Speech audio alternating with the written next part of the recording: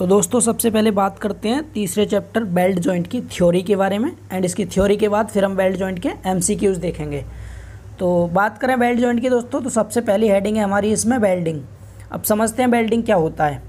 तो जैसा कि आपके सामने लिखा हुआ है वेल्डिंग के बारे में कि वेल्डिंग संरचनात्मक अवयवों को आपस में जोड़ने की एक प्रक्रिया है।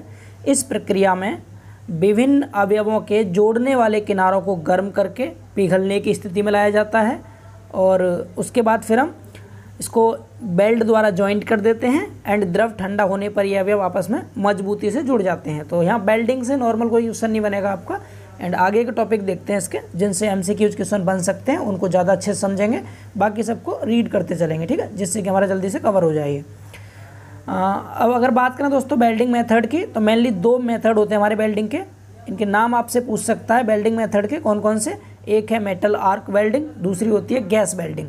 तो दोनों ही वेल्डिंग को करने का प्रोसेस क्या है, कैसे करते हैं वेल्डिंग, थोड़ा सा इसके बारे में जान लेते हैं। तो यहाँ लिखा है दोनों विधियों के लिए वेल्डिंग की प्रक्रिया यानी प्रोसेस क्या है, वेल्डिंग कैसे करते हैं। तो सर्वप्रथम अवयवों के जोड़ने वाले किनारों को पास पास लाया जाता है। मतलब अगर हमें कोई भी दो मेंबर्स को जोड़ना है आपस में, सपोज डेट ये कोई दो मेंबर हैं, एक मेंबर ये हो गया हमारा और दूसरा मेंबर ये है कोई, ठीक है। हम क्या करेंगे, इन दोनों मेंबर्स को पहले पास पास लाएंगे। पास पास से मतलब क्या, एक मेंबर यहाँ ले आए, दूसरा वाला मेंबर यहाँ ले आए। इन दोनों मेंबर को पास पास ला करके इनके जो जोड़ने वाले किनारे होंगे इनको पहले फ्यूज करेंगे। यहाँ पर जो जिन्हें हम जोड़ना आपस में उन्हें फ्यूज करते हैं। एंड फ्यूज करने के बाद इसके बीच में जो खाली जगह होती है उसमें हम एक फिलर मटेरियल भर देते हैं यहाँ पर, ठीक है, द्रव की फॉर्म में होता है, यहाँ भर देंगे। और फिलर मटेरियल भर जाने के बाद फिर जब ये मटेरियल ठंडा हो जाता है तो ये दोनों मेंबर आपके मजबूती से जुड़ जाते हैं। सिंपल प्रोसेस है बिल्कुल। तो यही यहाँ थ्योरी में लिखा हुआ है, आप पढ़ सकते हैं। सबसे पहले हम क्या करते हैं, तो सर्वप्रथम अवयवों के जोड़ने वाले किनारों को पास पास लाया जाता है तथा इन्हें गर्म कर फ्यूज किया जाता है। मतलब किनारों को पास पास ला के फ्यूज करते हैं गर्म करके। एंड फ्यूज होने के बाद ये फ्यूज अवस्था में इनमें जो गैप रहता है, जैसा कि मैंने अभी आपको बताया था, दोनों के बीच में कुछ जगह रहती है खाली जगह, तो उस गैप में हम फिलर मटेरियल भर देते हैं और ठंडा होने पर अवयव एक दूसरे से भली भांति जुड़ जाते हैं। बिल्कुल सिंपल सा प्रोसेस है, ठीक है। तो इससे भी कोई ऐसा आपका एमसीक्यूज नहीं बनेगा। इसके बाद नोट पॉइंट लिखा है, हो सकता है पूछ ले इस क्वेश्चन की फॉर्म में से, अदरवाइज नहीं पूछेगा, बहुत ज़्यादा इंपॉर्टेंट नहीं है ये। अवयवों के फ्यूज होने वाले भाग को हम फ्यूजन जोन कहते हैं एंड गैप में भरे जाने वाले पदार्थ को हम फिलर मेटल कहते हैं। तो ये दो नाम याद रखेंगे नोट पॉइंट में। जितने पोर्शन को हम फ्यूज करेंगे उसको फ्यूजन जोन कहते हैं एंड गैप में जो हम मटेरियल भरते हैं उसको हम फिलर मटेरियल कहते हैं या फिर फिलर मेटल कहते हैं, ठीक है। अब बात करते हैं बेल्ट जोड़ के लाभ क्या क्या हैं, बेल्ट जॉइंट के क्या लाभ होते हैं, थोड़ा सा इसके एडवांटेज देख लेते हैं। सिंपल से एडवांटेज है। पहला है बेल्डिंग प्रक्रिया में कम समय लगता है। जी हाँ दोस्तों, रिवेट की अपेक्षा बेल्डिंग में कम टाइम लगेगा। क्यों कम टाइम लगेगा, क्योंकि प्लेट में अगर हमें रिवेटिंग करनी होगी तो पहले हम प्लेट में रिवेटिंग करने के लिए क्या करेंगे, इन दोनों प्लेट्स के बीच में होल करते हैं। सबसे पहला काम क्या, इनमें होल करेंगे। तो होल करने पर ड्रिल वगैरह से आपको टाइम लगेगा थोड़ा। और होल करने के बाद भी जब इन प्लेट के बीच में आप, जैसे एक प्लेट ये है और दूसरी प्लेट हमारी ये थी, इन दोनों में आपने रिवेट यहाँ लगा दिया। रिवेट लगाने के बाद जो नीचे वाला इसका सैंक रहता है इसको पीटते हैं हैमर से ताकि ये ऊपर के हेड जैसा बन जाए।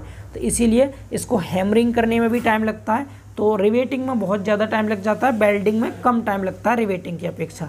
पहला पॉइंट क्लियर हुआ। दूसरा पॉइंट है, इसका दूसरा लाभ है, इसका दूसरा प्रॉफिट है, रिवेटिंग की अपेक्षा बेल्डिंग कार्य में कम शोर उत्पन्न होता है।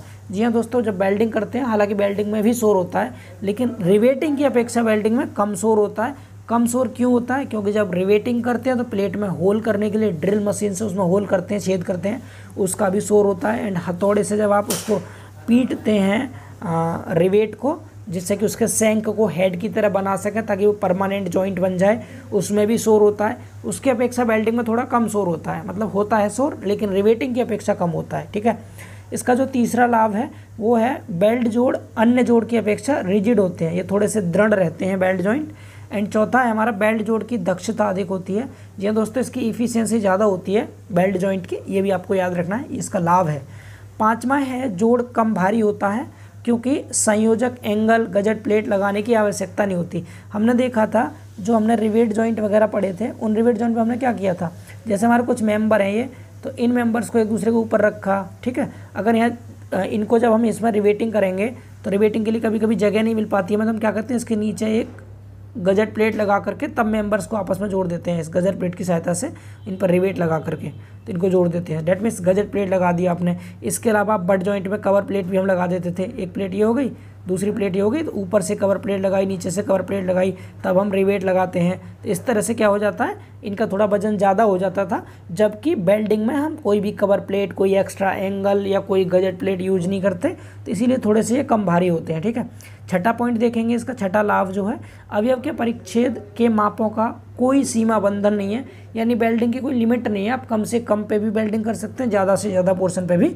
बेल्डिंग कर सकते हैं। तो लिखा है छोटे से छोटे अवयव पर भी बेल्डिंग की जा सकती है। एंड इसका सातवां जो लाभ है सिंपल सा है, बेल्डिंग पाइप पर भी की जा सकती है। जो पाइप होते हैं हमारे गोल गोल पाइप्स आते हैं, जहाँ पर हम रिवेटिंग नहीं कर सकते वहाँ भी हम बेल्डिंग इजीली कर सकते हैं। सातवां पॉइंट का कहने का मतलब ये था। एंड जो इसका आठवां पॉइंट है वो है बेल्ट जॉइंट जो होते हैं मितव्ययी होते हैं, बिकॉज बेल्डिंग में बहुत ज़्यादा खर्चा नहीं आता है, जबकि रिवेटिंग में प्लेट्स में होल करने का खर्चा अलग रहता है। रिवेट खरीद के लाओ फिर उन्हें लगाओ, ज़्यादा टाइम लगता है और उसमें ज़्यादा खर्चा भी आता है, इसीलिए बेल्ट जॉइंट मितव्ययी होते हैं। ठीक है, और इनका मेंटेनेंस भी कम होता है बेल्ट का। अगर बेल्ट जॉइंट फेल हो गया तो फेल ही समझो उसे पूरी तरह से, फिर दोबारा मेंटेन नहीं करते उसे, जबकि रिवेट जॉइंट ख़राब हो जाते हैं, उनको मेंटेन करने में थोड़ा ज़्यादा खर्चा लगता है। चलिए अब देखते हैं इसकी हानियाँ। तो ये जो लाभ हानि है ये सब आप रीड कर लीजिएगा, बहुत ज़्यादा इंपॉर्टेंट नहीं है ऑब्जेक्टिव एग्जाम के हिसाब से। एक रात में हमें जो पढ़ना है, तैयारी करनी है, वो सिर्फ मेन टॉपिक कवर कर लेते हैं, जिनसे क्वेश्चन बनेंगे और क्वेश्चन प्रैक्टिस कर लेंगे तो आपका एग्जाम अच्छा खासा हो जाएगा। डिटेल में अगर आपको देखना तो ये सब डिटेल में मैंने समझा रखा है, जो आपको मेन क्लासेज मैंने पढ़ाई थी, जिसमें 30 लेक्चर हैं DSMS के नाम से, तो लास्ट सेमेस्टर में पढ़ाया था वो, तो उसको आप जाके देख लेंगे तो वहाँ से आपका क्लियर हो जाएगा डाउट्स। यहाँ मेन पॉइंट की बात करेंगे, तो मैं हानियों को छोड़ रहा हूँ, क्या क्या हानियाँ रीड कर लीजिएगा आप इन्हें। नेक्स्ट देखिए, यहाँ से इंपॉर्टेंट पार्ट हमारा स्टार्ट होता है बेल्ट जॉइंट का। बेल्ट जॉइंट के टाइप अगर आपसे पूछे, दो टाइप के होते हैं, एक होता है फ्लैट बेल्ट जॉइंट, दूसरा होता है बट बेल्ट जॉइंट। फ्लैट की स्पेलिंग में दोस्तों डबल एल लगा लेना, मिस्टेक से गलत दिया बच्चे ने, FILLET आएगा, फ्लैट जॉइंट, या दूसरा होता है बट जॉइंट। ठीक है, दो प्रकार के होते हैं। रिवेट में हमारे दो थे, लैप जॉइंट और बट जॉइंट, तो यहाँ पर लैप की जगह फ्लैट लिख दिया गया है, यानी बेल्ट जॉइंट में हम लैप को ही फ्लैट कह देते हैं, ये समझ लेंगे आप एक तरह से। तो यहाँ पर डेफिनेशन की बात करें तो लैप जॉइंट में क्या देखा आपने कि दो प्लेट होती थी, उनको एक दूसरे के ऊपर रख करके और रिवेट द्वारा हम जोड़ देते थे। ठीक है, इनको, और यहाँ क्या करेंगे, यहाँ क्या करेंगे फ्लैट बेल्ट में, तो सेम जो लैप जॉइंट में करते थे वही काम यहाँ करेंगे। यहाँ भी बेल्ट में क्या करेंगे, फ्लैट बेल्ट में दो प्लेट को लेंगे, एक दूसरे के ऊपर रखेंगे एंड इनमें हम बेल्डिंग द्वारा इन्हें जोड़ देंगे। यहाँ पर हम बेल्डिंग कर देंगे एंड बेल्डिंग से इनको जोड़ देते हैं इजीली। समझ पा रहे हैं? तो यहाँ क्या करेंगे हम, फ्लैट बेल्ट जोड़ में रिवेट लैप जोड़ की भांति एक प्लेट को दूसरी प्लेट के ऊपर रख करके बेल्डिंग द्वारा भली भांति जोड़ दिया जाता है। सिंपल सी इसकी थ्योरी है, जैसे लैप जॉइंट में करते थे वही काम बेल्ट जॉइंट में करेंगे। ठीक है, अब डायग्राम देख सकते हैं, दो प्लेट आपको दिखा रखी है, एक प्लेट ए है, ये नीचे वाली प्लेट हमारी ए प्लेट है यहाँ पर, एंड एक इसके ऊपर दूसरी प्लेट रख दी गई है, प्लेट बी, दोनों को जोड़ दिया गया है। ठीक है, एक दूसरे के ऊपर रख करके, तो ये फ्लैट बेल्ट हो गया। समझ आ गया? दूसरा है हमारे यहाँ पर बट बेल्ट। बट में क्या करेंगे, बट बेल्ट जॉइंट में दो प्लेट लेंगे, दोनों प्लेट को एक दूसरे के आमने सामने रखेंगे। जिस तरह से हमने बट रिवेट जॉइंट पढ़ा था, वैसे यहाँ पर बट बेल्ट जॉइंट पढ़ेंगे। बट बेल्ट में आपको डायग्राम भी दिखाई दे रहा है, दो प्लेट है, एक प्लेट ये हो गई, दूसरी प्लेट ये हो गई, दोनों प्लेट को एक दूसरे से सटा के रख दिया एंड बीच में जो गैप है इसमें फिलर मेटल भर के यहाँ पर जॉइंट करके बेल्डिंग कर रखी है। ठीक है, तो क्या हो जाएगा इसमें, बट बेल्ट जॉइंट में, बट बेल्ट जोड़ में रिवेट बट जोड़ की भांति प्लेटों को एक ही समतल में एक दूसरे से सटाते हुए रखकर बेल्डिंग द्वारा जोड़ दिया जाता है, जिसको कहते हैं बट बेल्ट जॉइंट। समझ पा रहे हैं ना? आप PDF से भी पढ़ लीजिएगा इसको। अगर देखिए फ्लैट बेल्ट जॉइंट, दूसरा हम अब ये फ्लैट बेल्ट जॉइंट है, इसको डायग्राम से और अच्छे से समझते हैं हम। फ्लैट में हम क्या समझे थे, फ्लैट बेल्ट जॉइंट में हम ये समझ चुके थे कि जो हमारा फ्लैट बेल्ट जॉइंट होता है उसमें प्लेट को एक दूसरे के ऊपर रख करके जोड़ा जाता है। अब मैं इसका डायग्राम आपको डिटेल में समझाता हूँ, इनके जितने टर्म हैं उनको अच्छे से समझेंगे हम एंड फिर इसकी थ्योरी रीड कर लेंगे। तो डायग्राम देखिए ध्यान से, ये आपके सामने डायग्राम आपको दिखाई दे रहा है। अब इस डायग्राम में कौन सी चीज़ क्या क्या है थोड़ा सा इसको जान लेते हैं। ठीक है, तो देखिए सबसे पहले बात करें, इसमें दो प्लेट हैं, एक प्लेट ये हो गई, ये वाली जो आपको दिखाई दे रही है, एक प्लेट ये है और एक प्लेट नीचे है इसके ये। तो दो प्लेट को एक दूसरे के ऊपर रखा गया है, तो हम क्या कह देंगे इसको, जब एक दूसरे के ऊपर रखा जाता है तो रिवेट में तो लैप जॉइंट बोलते हैं एंड बेल्ट में हम इसको फ्लैट जॉइंट बोलते हैं। तो ये फ्लैट हो गया, दो प्लेट को एक दूसरे के ऊपर रखा है। अब इसका जितने पोर्शन को हमने फ्यूज कर रखा है, जितने पोर्शन को हमने यहाँ पर फ्यूज किया है, जैसे कितने पोर्शन को किया है, यहाँ से यहाँ तक इतना पोर्शन हमने फ्यूज कर रखा है जो ग्रीन से दिखाई दे रहा है, इतने पोर्शन को फ्यूज करते हैं, गला देते हैं। ठीक है ना, इसको फ्यूज किया हमने यहाँ से, तो जितने पोर्शन को फ्यूज किया इसका नाम हो जाता है दोस्तों फ्यूजन जोन। इसका नाम क्या है, फ्यूजन जोन। इतना समझ आ रहा है। जितने पोर्शन को हमने पहले तो हमने फ्लैट वेल्ड जॉइंट में प्लेट को एक दूसरे के ऊपर रख दिया, उसके बाद इस दोनों प्लेट के जोड़ने वाले किनारों को हम फ्यूज करते हैं, तो फ्यूज कर दिया। जितने पोर्शन को फ्यूज किया है उसको फ्यूजन जोन बोल दिया। ये आपको डैश डैश से दिखाई दे रहा होगा इसमें, ये फ्यूजन जोन है। अब इसके बाद क्या करेंगे हम, अब फ्यूजन जोन के बाद हम जब वेल्डिंग करते हैं तो यहाँ पर ये ट्रायंगुलर शेप बन जाती है, एक त्रिभुज जैसा बनता है। कैसा? एक त्रिभुज जैसा बनता है। त्रिभुज भी समकोण त्रिभुज की तरह बनता है। अब इस त्रिभुज के 3 कोने होते हैं। ये दोनों जो कोने होते हैं, जिसकी जो लाइन जा रही है त्रिभुज की बड़ी वाली भुजा, जिसे हम कर्ण कहते हैं, यानी डायगोनल जो इसका ये वाला हाइपोटेनियस, ये जो कर्ण है, इस कर्ण के जो दोनों कोने होते हैं, इन दोनों कोनों को हम टॉ बोलते हैं। क्या बोलते हैं? टॉ। ठीक है, इसको कहते हैं टॉ। टॉ मतलब नोक होता है, नोक।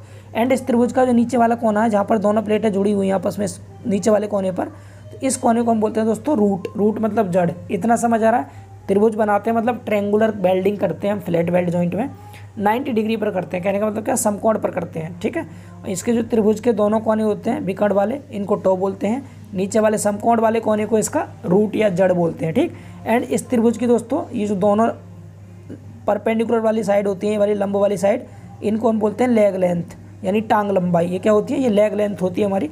यहाँ तक समझ आया लेग लेंथ के बारे में। एंड अब अगर आगे बात करें हम, तो जो आपका विकर्ण बन रहा था, ये वाला त्रिभुज का विकर्ण जो था, यानी टॉ को मिलाने वाली जो रेखा है, लाइन है, दोनों टॉ को मिलाने वाली लाइन, इस टॉ को मिलाने वाली लाइन से लेके और रूट तक की जो ये परपेंडिकुलर डिस्टेंस है, इसको हम बोलते हैं थ्रॉट थिकनेस। क्या बोलते हैं इसको? इसको बोलते हैं दोस्तों हम थ्रॉट थिकनेस। यहाँ से यहाँ तक जो थिकनेस है इसको थ्रॉट थिकनेस कहते हैं, यानी हिंदी में कंठ मोटाई बोलते हैं इसको।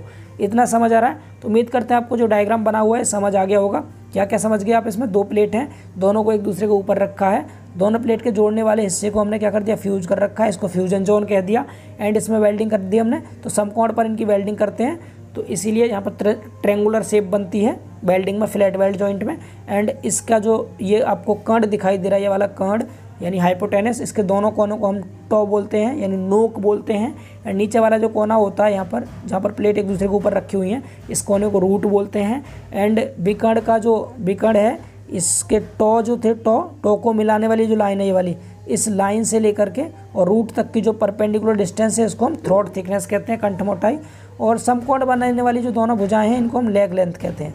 क्लियर हुआ ना ये डायग्राम? तो यही सब मैंने यहाँ थ्योरी में लिखा हुआ है। क्या लिखा? सबसे पहली लाइन पढ़िए आप थ्योरी की। यहाँ लिखा है, इस प्रकार के वेल्ड में मेंबर्स को एक दूसरे से ओवरलैप करते हुए जोड़ा जाता है, मतलब एक दूसरे के ऊपर रख करके जोड़ते हैं फ्लैट वेल्ड जॉइंट में। ठीक, दूसरा पॉइंट इसमें क्या लिखा है? दूसरा पॉइंट लिखा है, एक फ्लैट वेल्ड 2 सतहों को मिलाकर एक दूसरे को समकोण के रूप में जोड़ने वाले लगभग त्रिकोणीय क्रॉस सेक्शन का एक वेल्ड है। मतलब इसमें क्या करते हैं? समकोण पे जोड़ते हैं, 90 डिग्री के एंगल पे एक त्रिभुज बनाते हैं, इसलिए इसको हम त्रिकोणीय क्रॉस सेक्शन कहते हैं, समकोण के रूप में। ठीक है, इतना समझ आया? दोनों पॉइंट क्लियर हुए। नीचे बात करें दोस्तों हम, तो जोड़ में बेल्ट की सतह के अनुसार इनके 3 नाम होते हैं। एक होता है हमारा उत्तल फ्लैट, दूसरा होता है अवतल फ्लैट, तीसरा होता है समतल फ्लैट। उत्तल फ्लैट, अवतल फ्लैट, समतल फ्लैट, मतलब ये जो ट्रायंगल आपको दिखाई दे रहा है, ये जो ट्रायंगल आपको यहाँ दिखाई दे रहा है डायग्राम में, इस ट्रायंगल में ये जो लाइन है ये वाली, ये फ्लैट भी हो सकती है। फ्लैट के अलावा ये कॉन्वेक्स भी हो सकती है, यानी उत्तल हो सकती है, कॉनकेव भी हो सकती है, इधर से अवतल भी हो सकती है। तो ये 3 तरह से होती हैं, इसीलिए इनके 3 नाम रखे गए। सबसे पहला डायग्राम देखेंगे आप, तो जो आपका ट्रायंगल बन रहा था उसका ऊपर वाला सरफेस कैसा है? ये कॉन्वेक्स बन रहा है, मतलब उठा हुआ है बाहर को, तो इसको उत्तल बोलते हैं। ठीक है, उत्तल फ्लैट जॉइंट हो गया ये। एंड दूसरा देखें आप, नीचे की ओर हो रहा है, तो इसको हम कॉनकेव बोलते हैं। केव मतलब गड्ढा एक तरह से, तो कॉनकेव बोलते हैं इसको, यानी अवतल कहते हैं, तो ये अवतल फ्लैट हो गया। एंड तीसरा बिल्कुल ये सपाट दिखा रखा है, सपाट मतलब फ्लैट होता है, सपाट मतलब फ्लैट होता है, ये वाला हो गया आपका। ठीक है, तो इसका नाम क्या हो जाएगा फिर? इसका नाम हो जाएगा समतल फ्लैट। ठीक है, 3 टाइप के आपके फ्लैट वेल्ड जॉइंट होते हैं।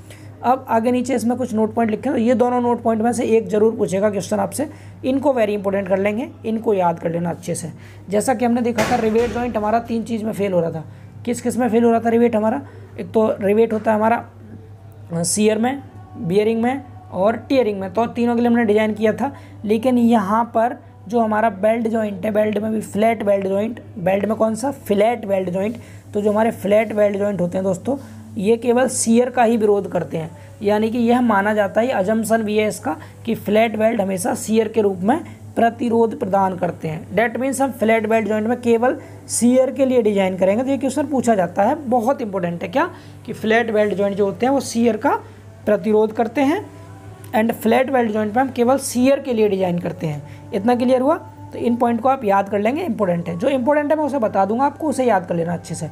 अब फ्लैट बेल्ट जॉइंट से रिलेटिव कुछ इंपॉर्टेंट टर्म्स लिखे हुए हैं जिन्हें कि आप समझ लेंगे। तो पहला टर्म है हमारा टांग लंबाई यानी लेग लेंथ। लेग लेंथ क्या होता है, तो जो हमारा फ्यूजन जोन बन रहा था जहाँ पर हमने जोड़ा था दोस्तों, जहाँ पर हमने दो प्लेट थी, जैसे एक प्लेट तो ये होगी हमारी एंड एक प्लेट हमने इसके ऊपर रखी थी, इस तरह से प्लेट रखी हुई थी, इधर को दो प्लेट रखी थी हमारी, ठीक इस तरह से। तो यहाँ पर हमने क्या किया था, ट्रायंगुलर शेप में यहाँ पर बेल्डिंग कर रखी थी। तो ये ट्रायंगल जो बन रहा था, त्रिभुज जो बन रहा था, इस त्रिभुज की समकोण बनाने वाली जो भुजाएं थी, एक ये वाली भुजा, एक ये वाली भुजा, इनको हम क्या कहते हैं, इनको हम टांग लंबाई या लेग लेंथ कहते हैं। समझ पा रहे हैं? तो ये यहाँ पर लिखा हुआ है, समझ सकते हैं आप इजीली। क्या लिखा है, यह फ्यूजन जोन में बने त्रिभुज की दो समान भुजाओं में से किसी एक के बराबर होता है, ठीक है, टांग लंबाई। तो समझ गए टांग लंबाई, आपको डायग्राम भी पीछे दिखाया था, ये रही टांग लंबाई, लेग लेंथ, यहाँ से यहाँ तक एंड यहाँ से यहाँ तक। तो त्रिभुज जो बन रहा है, इसको समकोण बनाने वाली जो समान भुजाएं हैं, इनमें से किसी भी एक को आप क्या कह देंगे, लेग लेंथ कह देते हैं। मतलब दोनों ही लेग लेंथ होती हैं, तो आप लेग लेंथ बोल देंगे इसे, ठीक है। एंड आगे बात करें बेल्ट के साइज़ की, size of belt. Size of belt से मतलब क्या, आपने कहाँ से कहाँ तक बेल्डिंग कर रखी है। तो जो टांग लंबाई ली है ना आपने, ये टांग लंबाई इधर इधर, ये टांग लंबाई तक ही आपने वेल्डिंग की है। तो इसीलिए जो हमारा फ्लैट वेल्ड की माप लेते हैं, इसका जो साइज़ लेते हैं, वो इसकी न्यूनतम टांग लंबाई के बराबर ही लिया जाता है साइज़, यानी एस से इसको प्रदर्शित करते हैं। अच्छा, इसकी न्यूमेरिकल वैल्यू अलग रहती है, ये डेफिनेशन है इसकी। अगर आपसे बेल्ट का साइज़ पूछे तो आप सीधे कह देंगे न्यूनतम टांग लंबाई के बराबर फ्लैट बेल्ट का साइज़ होता है। क्लियर ना? हाँ, आप डायग्राम में देख सकते हैं, मैंने क्या बताया था आपको, ये AV और BC ये टांग लंबाई होती हैं। इनमें से आप किसी को भी belt of size of belt भी कह सकते हैं, बेल्ट का साइज भी कह सकते हैं, ठीक है, टांग लंबाई को। एंड यहाँ जो आपको BD दिखा रखा है, ये क्या है, ये आपकी इफेक्टिव थ्रॉट थिकनेस है, यानी कंठ मोटाई है। ये आगे देखेंगे हम इसी में टर्म। तो आप पहला टर्म समझ गए, दो टर्म आप समझ चुके हैं अब तक। टांग लंबाई आपको समझ आ गया, बेल्ट का साइज समझ आ गया, लगभग दोनों सेम होते हैं, ठीक है। अब बेल्ट के साइज से रिलेटिव जो क्वेश्चन आपके एग्जाम में पूछेगा, वो इस टेबल से पूछेगा। ये टेबल बहुत इंपॉर्टेंट है, इसको आपको याद करना है। क्या, जो बेल्ट के साइज होते हैं दोस्तों, वो दो तरह के होते हैं। एक तो हमारा साइज होता है कैसा, न्यूनतम, यानी एक साइज रहेगा हमारा बेल्ट की न्यूनतम माप, यानी minimum size of belt. Minimum size जो होती है दोस्तों, पूछा गया क्वेश्चन है, यह मोटी प्लेट की मोटाई पर निर्भर करेगी। ध्यान रखिएगा कैसे, अगर हम मैक्सिमम साइज निकालते हैं तो वो तो मिनिमम प्लेट, मिनिमम मतलब पतली वाली प्लेट की मोटाई पे डिपेंड करती है। लेकिन अगर हम न्यूनतम साइज निकालेंगे, मिनिमम साइज निकालेंगे, तो वो मोटी प्लेट की मोटाई पर निर्भर करती है। कैसे निर्भर करती है, अगर मोटी प्लेट की जो मोटाई है वो 0 से 10 mm तक है, तो इस केस में हम मिनिमम साइज लेते हैं 3 mm। अगर मोटी प्लेट की जो थिकनेस है वो 11 से 20 mm है, तो इस केस में हम मिनिमम साइज लेते हैं 5। अगर 21 से 32 mm तक है मोटी प्लेट की मोटाई, तो इस केस में हम मिनिमम साइज ऑफ वेल्ड लेते हैं 6 mm। समझ आ रहा है? एंड अगर 32 से भी ज़्यादा है तो 8 लेते हैं हम, और 50 से ज़्यादा हो जाए तो 10 mm यूज कर लेते हैं। तो ये मिनिमम साइज आपको ज़रूर याद करने हैं, बहुत ज़्यादा इंपॉर्टेंट है। मोटी प्लेट की मोटाई के हिसाब से याद रखेंगे। मोटी प्लेट की मोटाई अगर 0 से 10 है तो 3, 11 से 20 के लिए 5, 21 से 32 के लिए 6, 32 से अधिक के लिए 8, और अगर 50 से भी अधिक हो किसी केस में तो 10 mm भी यूज कर लेते हैं। और जब हमें मोटी प्लेट की मोटाई ही नहीं दे रखी हो, मतलब दो प्लेट है हमारी, उनमें से एक मोटी एक पतली हो, तो मोटी वाली प्लेट होती है हमारी, उसके अनुसार लेते हैं हम मिनिमम साइज। अगर हमें मोटी प्लेट की मोटाई ही नहीं दे रखी है, क्वेश्चन में मोटाई गिवन ही नहीं है, तो उस केस में हम एज्यूम कर लेते हैं एस की वैल्यू 3। मतलब ये मान लेते हैं कि जो हमारी प्लेट है वो 10 mm मोटाई तक की है, इसीलिए एस का मान 3 ले लेते हैं, ठीक है। तो ये टेबल आप याद कर लीजिएगा, बहुत इंपॉर्टेंट टेबल है। नेक्स्ट बात करें दोस्तों, तो बेल्ट की अधिकतम माप यानी मैक्सिमम साइज, इससे रिलेटिव क्वेश्चन समझो पूछा जाएगा, तो आपको बहुत अच्छे से याद कर लेना है। तो ये पतली प्लेट की मोटाई पर निर्भर करते हैं, मतलब दो प्लेट हैं, जिन प्लेट को आपने जोड़ा, एक प्लेट ये हो गई एंड दूसरी प्लेट हमारी ये होगी। सपोज ये दो प्लेट हैं, इन्हें हमें जोड़ना था ना, एक दूसरे के ऊपर रखी हुई है ये, तो इसमें एक पतली है एक मोटी है, तो जो मैक्सिमम साइज होगा वो पतली प्लेट की मोटाई पर निर्भर करता है। मिनिमम साइज तो मोटी प्लेट की मोटाई पर निर्भर करता है, और जो हमारा मैक्सिमम साइज है वो पतली प्लेट की मोटाई पर निर्भर करता है। अब जिन किनारों को हमें जोड़ना था दोस्तों, जिन किनारों को जोड़ना था, अगर वे वर्गाकार किनारे हमारे, तो इस केस में मैक्सिमम साइज जो हम लेते हैं, फॉर्मूला है याद कर लीजिएगा, पतली वाली प्लेट की मोटाई लेते हैं, इसमें से 1.5 mm माइनस कर देते हैं, तो एस की जो वैल्यू आ जाती है, कितनी आती है, T-1.5, ठीक है, T-1.5। टी मतलब यहाँ प्लेट की मोटाई है। आप लैंग्वेज में लिखिएगा, ऊपर वाला जो लिखा है इसको याद रखिएगा, क्या लिखा है, थिकनेस ऑफ थिनर प्लेट होना चाहिए, हिंदी में लिख दिया बच्चे ने पतली प्लेट। तो पतली प्लेट की मोटाई में से 1.5 mm माइनस कर देंगे तो क्या आ जाएगा, वर्गाकार किनारे के लिए मैक्सिमम साइज आ जाएगा बेल्ट का। एंड अगर किनारे आपके गोलाकार हों, मतलब राउंडेड हों या स्फेयर की शेप में हों, गोलाकार किनारों के लिए जो एस का मान लेते हैं वो प्लेट की मोटाई का 3/4 लेते हैं। 3/4 गुणा प्लेट की मोटाई यूज करते हैं गोलाकार किनारे के लिए, एंड वर्गाकार के लिए प्लेट की मोटाई में से 1.5 mm माइनस करते हैं। ठीक है, तो साइज़ आपको समझ आ गया। मैक्सिमम साइज़, मिनिमम साइज़ की टेबल याद करनी है, मैक्सिमम साइज़ के ये दोनों फॉर्मूले याद करने हैं। एंड बात करें अगले पॉइंट की, तो अगला पॉइंट है दोस्तों हमारा फ्लैट बेल्ट की प्रभावी लंबाई। प्रभावी लंबाई से मतलब क्या है, ये कोई सरफेस है एंड यहाँ पर आपने ये जो आपकी प्लेट है, इस प्लेट पर वेल्डिंग कर रखी है, और वेल्डिंग किधर की आपने, यहाँ वेल्डिंग कर रखी है। एक इधर के सिरे में वेल्डिंग कर दी यहाँ पर, एंड दूसरा आपने इधर वेल्डिंग कर दी, दूसरा आपने यहाँ पर वेल्डिंग कर रखी है, दोनों तरफ वेल्डिंग की है। समझ पा रहे हैं, इधर वेल्डिंग, और इस प्लेट को जोड़ दिया है। तो इस प्लेट की जो मोटाई होती है दोस्तों इफेक्टिव, वो यहाँ से यहाँ तक होती है, अंदर से अंदर जो आपको दिखाई दे रही है। ठीक है ना, समझ पा रहे हैं। तो ये कैसे निकलेगी, ये सरफेस था, यहाँ पर आपने प्लेट लगाई, इधर वेल्डिंग की है इधर, और इधर वेल्डिंग की है आपने ये वाली। तो हमें निकालनी कौन सी है, ये वाली लेंथ निकालनी है यहाँ से यहाँ तक। तो क्या निकलेगी, टोटल जो यहाँ से लेकर जहाँ तक वेल्डिंग कर रखी है आपने ये वाली, ये आपकी एक्चुअल लेंथ होती है, एक्चुअल लेंथ। ठीक है, ये वाली, और ये अंदर वाली जो मैं आप दिखा रखी है आपको ये वाली है, ये होती है आपकी इफेक्टिव लेंथ। इफेक्टिव लेंथ कैसे निकलेगी, एक्चुअल में से दोनों तरफ की वेल्डिंग जो आपने की थी, इधर की दोनों तरफ की वेल्डिंग के साइज़ को माइनस कर दो, तो आपको इजीली समझ में आ जाएगा। ठीक है, मैं डायग्राम और क्लियर बनाता हूँ, बिकॉज यहाँ बना नहीं रखा बच्चे ने। ये कोई लाइन है, यहाँ पर इस प्लेट को आपने यहाँ जोड़ा है, इधर वेल्डिंग की और इधर वेल्डिंग की। यहाँ पर क्या कर रखा है आपने, इतने पोर्शन में वेल्डिंग कर रखा है। ठीक है, और यहाँ से यहाँ तक ये इसकी एक्चुअल लंबाई है, एक्चुअल, एंड जो अंदर से अंदर तक की क्या है, ये इसकी इफेक्टिव लेंथ है।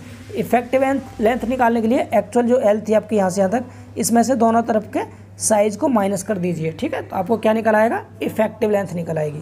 तो यही यहाँ लिखा हुआ है, आप पढ़ सकते हैं कि फ्लैट वेल्ड की जो प्रभावी लंबाई होती है, फ्लैट वेल्ड की प्रभावी लंबाई क्या होती है, वास्तविक लंबाई माइनस 2s होती है। वास्तविक लंबाई में से 2s माइनस कर देते हैं, ये याद रखेंगे। ठीक है ना, फॉर्मूला है इसका ये फ्लैट वेल्ड की प्रभावी लंबाई का।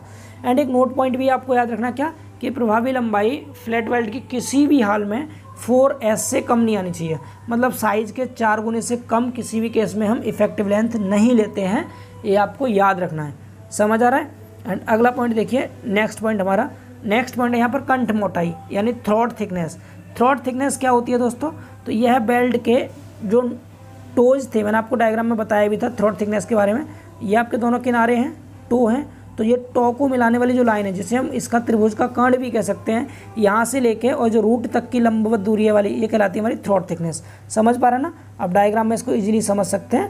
क्लियर हुआ ना, क्या टो को मिलाने वाली लाइन जिसे हम कर्ण कहते हैं त्रिभुज का, यहाँ से लेकर के, इस कर्ण से लेकर के और इस जड़ तक की जो लंबवत दूरी है, इसको हम थ्रॉट थिकनेस, कंठ मोटाई कहते हैं। समझ पा रहे, तो यही यहाँ पर लिखा हुआ है। क्या लिखा है कंठ मोटाई के बारे में, यह बेल्ट के टॉज को मिलाने वाली रेखा यानी त्रिभुज का कर्ण से लेकर के बेल्ट के जड़ यानी रूट तक की लंबवत दूरी है, और बेल्ट के उस भाग को जो प्रतिबल को स्थानांतरित करने में प्रभावी माना जाता है, थ्रॉट कहलाता है। ये थ्रॉट में स्पेलिंग ए कर लीजिएगा यहाँ, THROAT, थ्रॉट कहलाता है।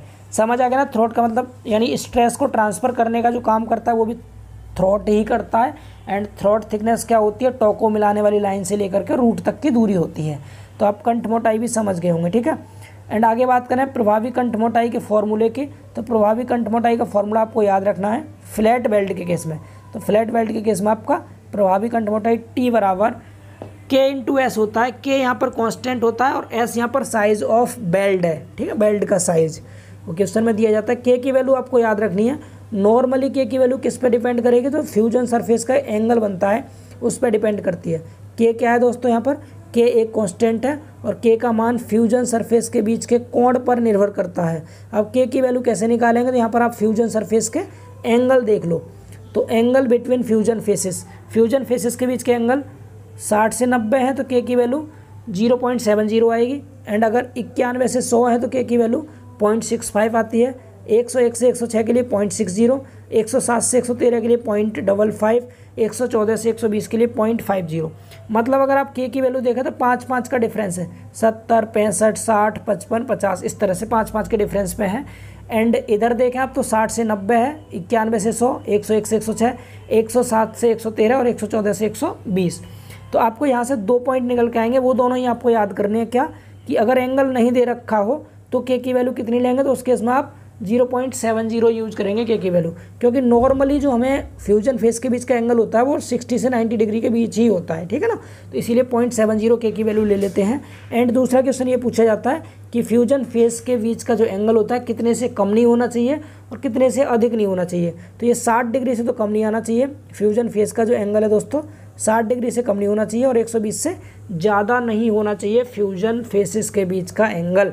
एंड के की जो वैल्यू है 0.70 लेते हैं उस केस में जब एंगल आपको नहीं दे रखा हो, ठीक है ना। तो यहाँ पर नीचे 2 नोट पॉइंट लिखे हैं, इन दोनों नोट पॉइंट को आपको रट लेना है अच्छे से, बिकॉज ये पूछे जाएंगे एग्जाम में। तो पहला नोट पॉइंट क्या है, सामान्यतः है यह कोण 60 डिग्री से 90 डिग्री होता है, जिसके लिए के का मान कितना है 0.70 लिया जाता है नॉर्मली, ठीक है ना। इतना तो आपको याद करना ही करना है। एंड फ्यूजन फेस के बीच का जो एंगल है 60 डिग्री से कम और 120 डिग्री से अधिक मान्य नहीं है, ये आपको याद रखना है, ठीक है। 60 से कम नहीं होना चाहिए, 120 से अधिक नहीं होना चाहिए। तो अब आपको केवल अगर बेल्ट का साइज़ दिया गया हो, केवल बेल्ट का साइज़ दे रखा है और आपको एंगल नहीं दिया है, तो उस केस में मैंने क्या बताया था, एंगल आप 60 से 90 मानते हैं, के की वैल्यू 0.70 रख देते हैं, तो टी बराबर 0.70 के निकल आता है आपका आंसर। समझ पा रहे हैं ना। नेक्स्ट अगर आगे बात करें हम, इसके बाद आगे हमारा effective cross section area of belt. अब हम क्रॉस सेक्शन एरिया देखेंगे किसका, इसका बेल्ट का। तो बेल्ट का इफेक्टिव क्रॉस सेक्शन एरिया क्या होता है, तो सिंपल, हमें प्रभावी क्षेत्रफल निकालना है, तो प्रभावी लंबाई को हम प्रभावी कंठ मोटाई से गुणा कर देंगे, तो एरिया क्या आ जाएगा हमारा, लंबाई इंटू चौड़ाई, ठीक है, लंबाई इंटू मोटाई, तो एल इंटू टी आ जाएगा।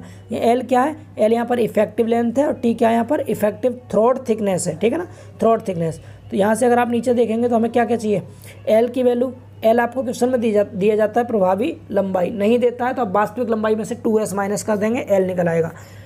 अगर बात करें टी की, तो टी अभी आपने पीछे देखा ही था, टी बराबर क्या था, के इंटू एस था, के into S.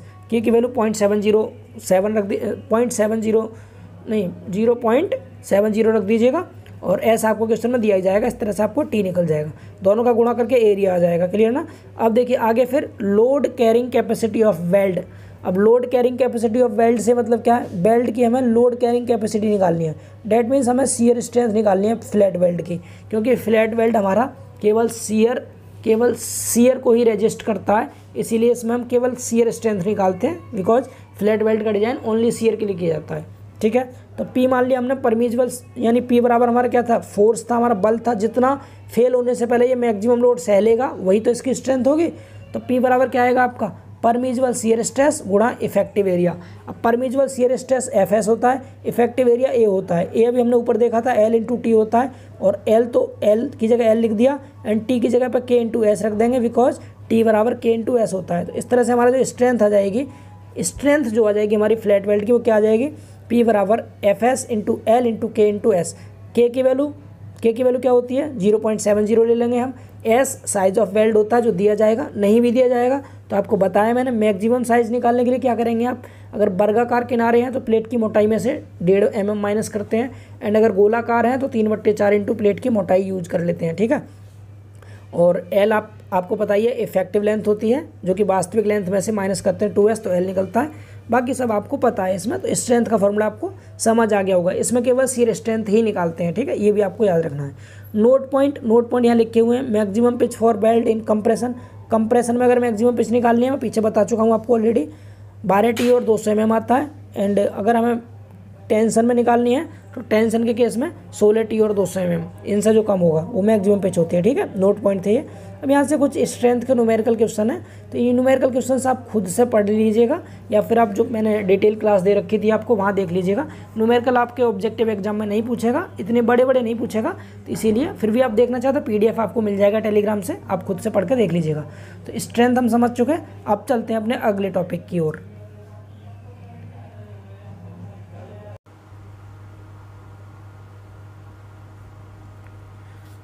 But belt joint.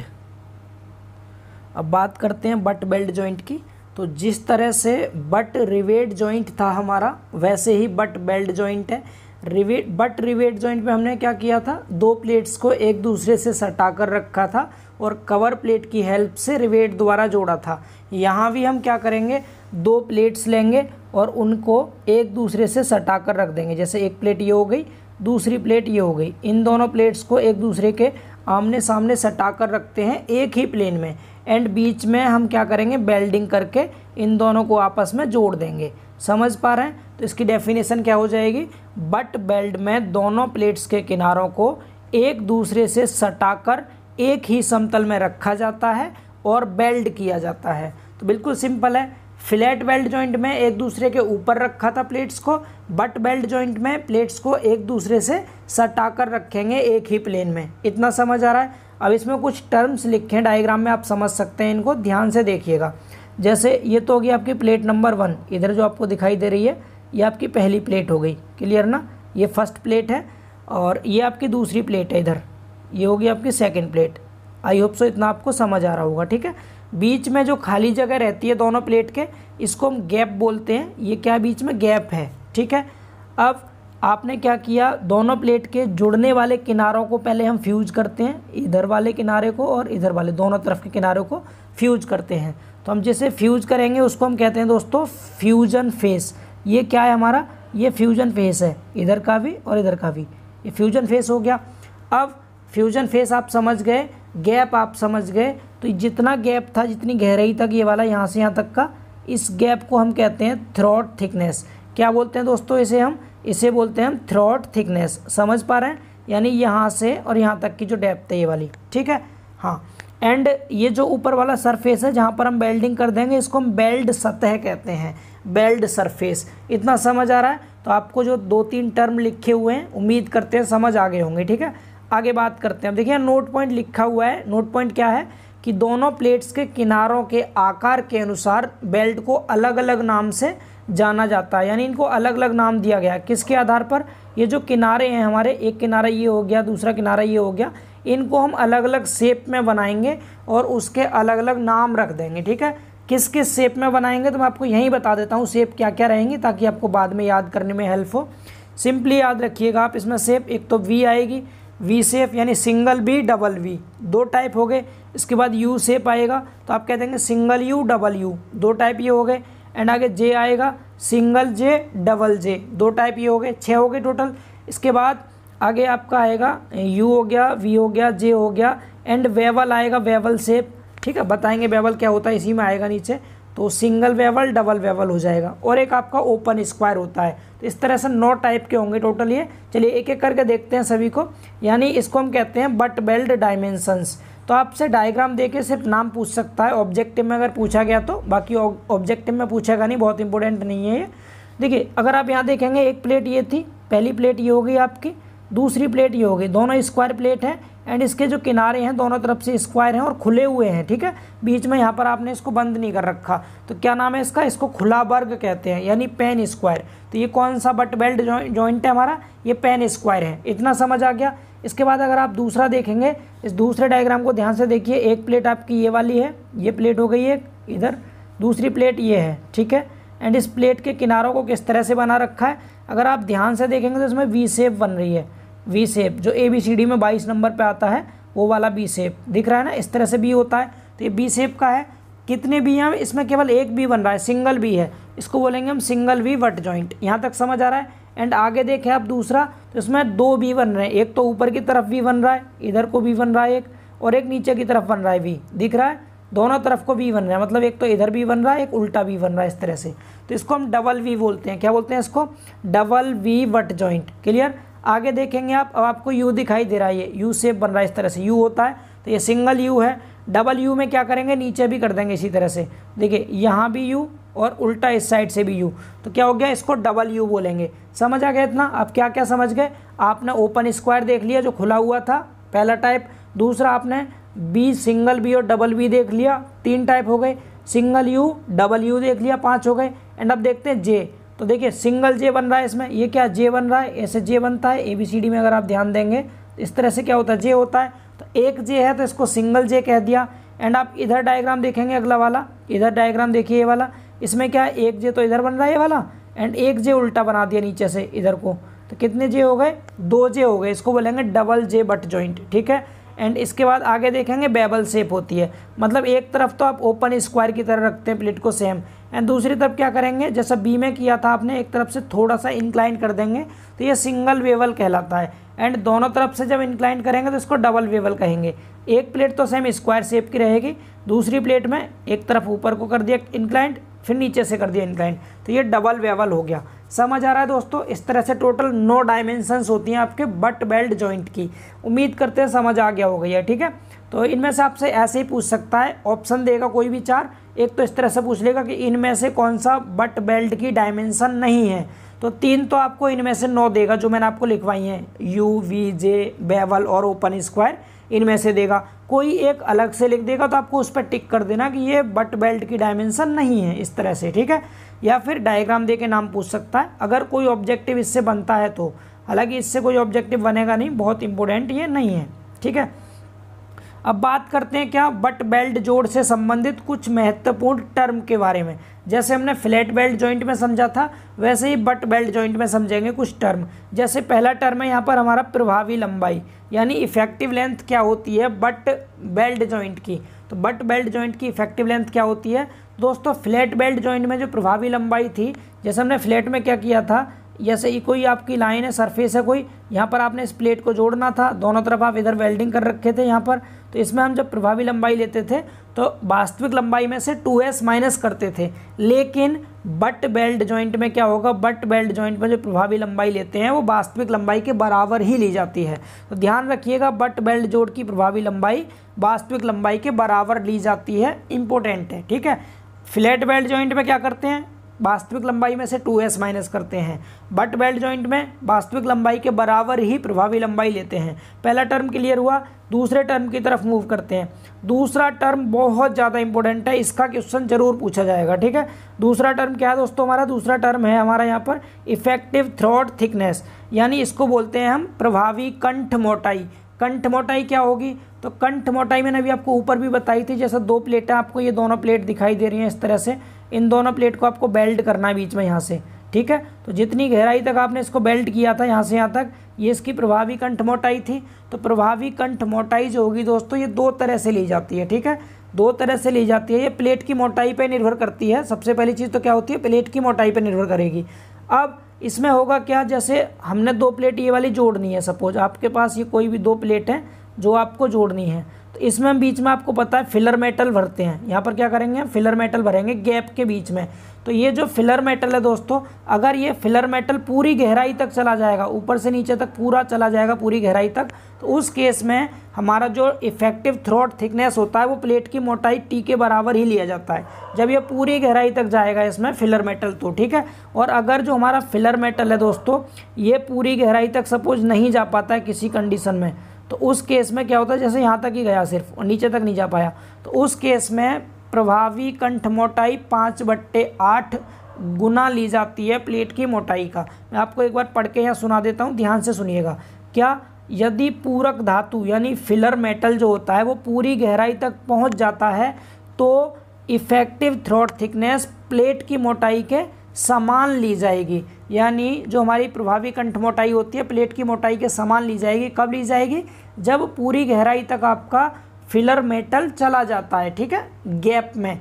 अब किस में जाएगा पूरी गहराई तक, किस में नहीं जाएगा? ऊपर आपने 9 टाइप के अपने डायमेंशंस देखे थे बट बेल्ट जॉइंट के अभी, तो उनमें से जो डबल वाले थे जितने भी, जैसे डबल वी हो गया, डबल यू हो गया, डबल जे हो गया, डबल वेवल हो गया, तो जितने भी आपके डबल बट जॉइंट होते हैं उन सभी डबल बट जॉइंट में फिलर मेटल दोस्तों पूरी गहराई तक चला जाता है, पूरी गहराई तक पहुंच जाता है। तो यानी जितने भी आपके डबल बट जॉइंट आएंगे उनमें प्रभावी कंठ मोटाई जो होती है वो प्लेट की मोटाई के बराबर ली जाती है, याद रहेगा। यानी डबल बट जॉइंट, डबल से मतलब क्या है, double V, double U, double J, double bevel, तो ये डबल वाले जितने थे उसमें प्रभावी कंठ मोटाई प्लेट की मोटाई के समान ली जाती है, याद कर लीजिएगा।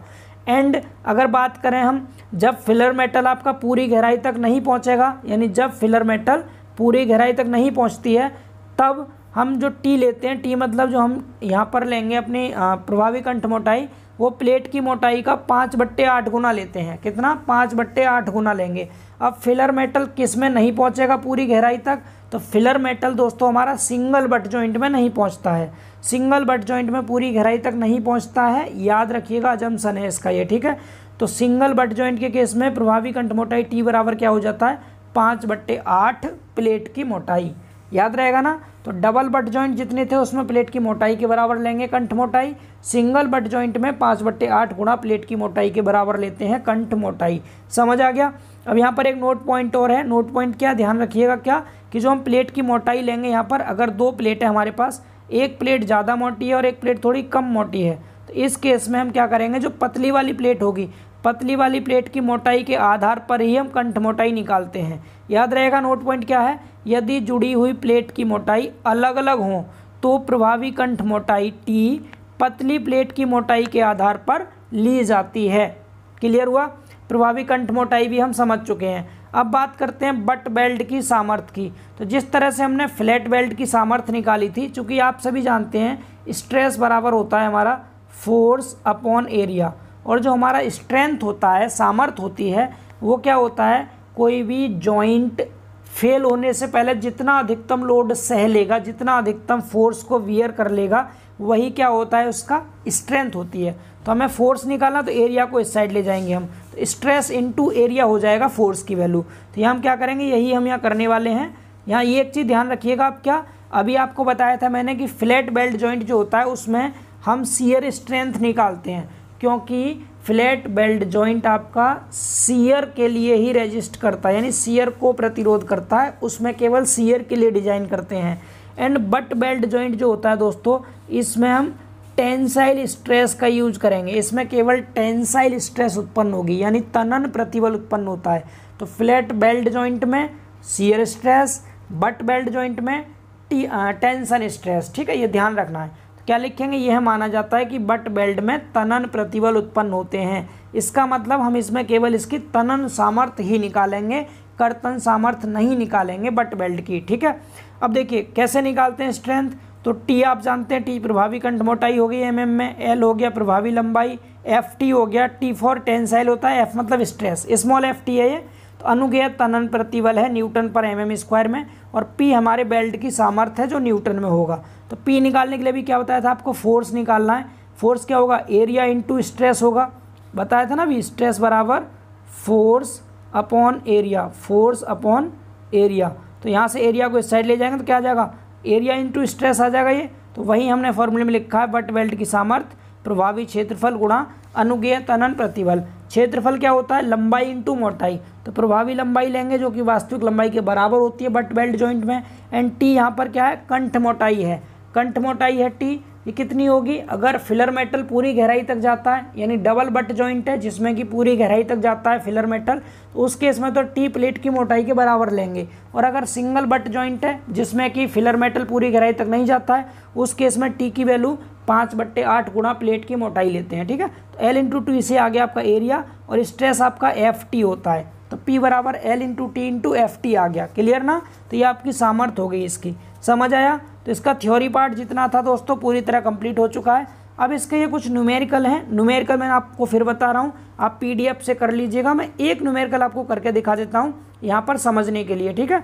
तो देखिए यहाँ लिखा है क्वेश्चन में क्या, 100 mm गुणा 10 mm आपकी दो चपटी पट्टी बट बेल्ट द्वारा जोड़ी गई हैं। यदि अनुज्ञेय तनन प्रतिबल यानी एफ टी का मान दिया 142 न्यूटन पर mm² हो, तो निम्न प्रकार के बेल्ट की सामर्थ्य ज्ञात कीजिए। एक बार तो क्या कह रखा है, सिंगल वी बट जॉइंट के लिए स्ट्रेंथ बतानी है, दूसरी बार डबल यू बट जॉइंट के लिए स्ट्रेंथ बतानी है।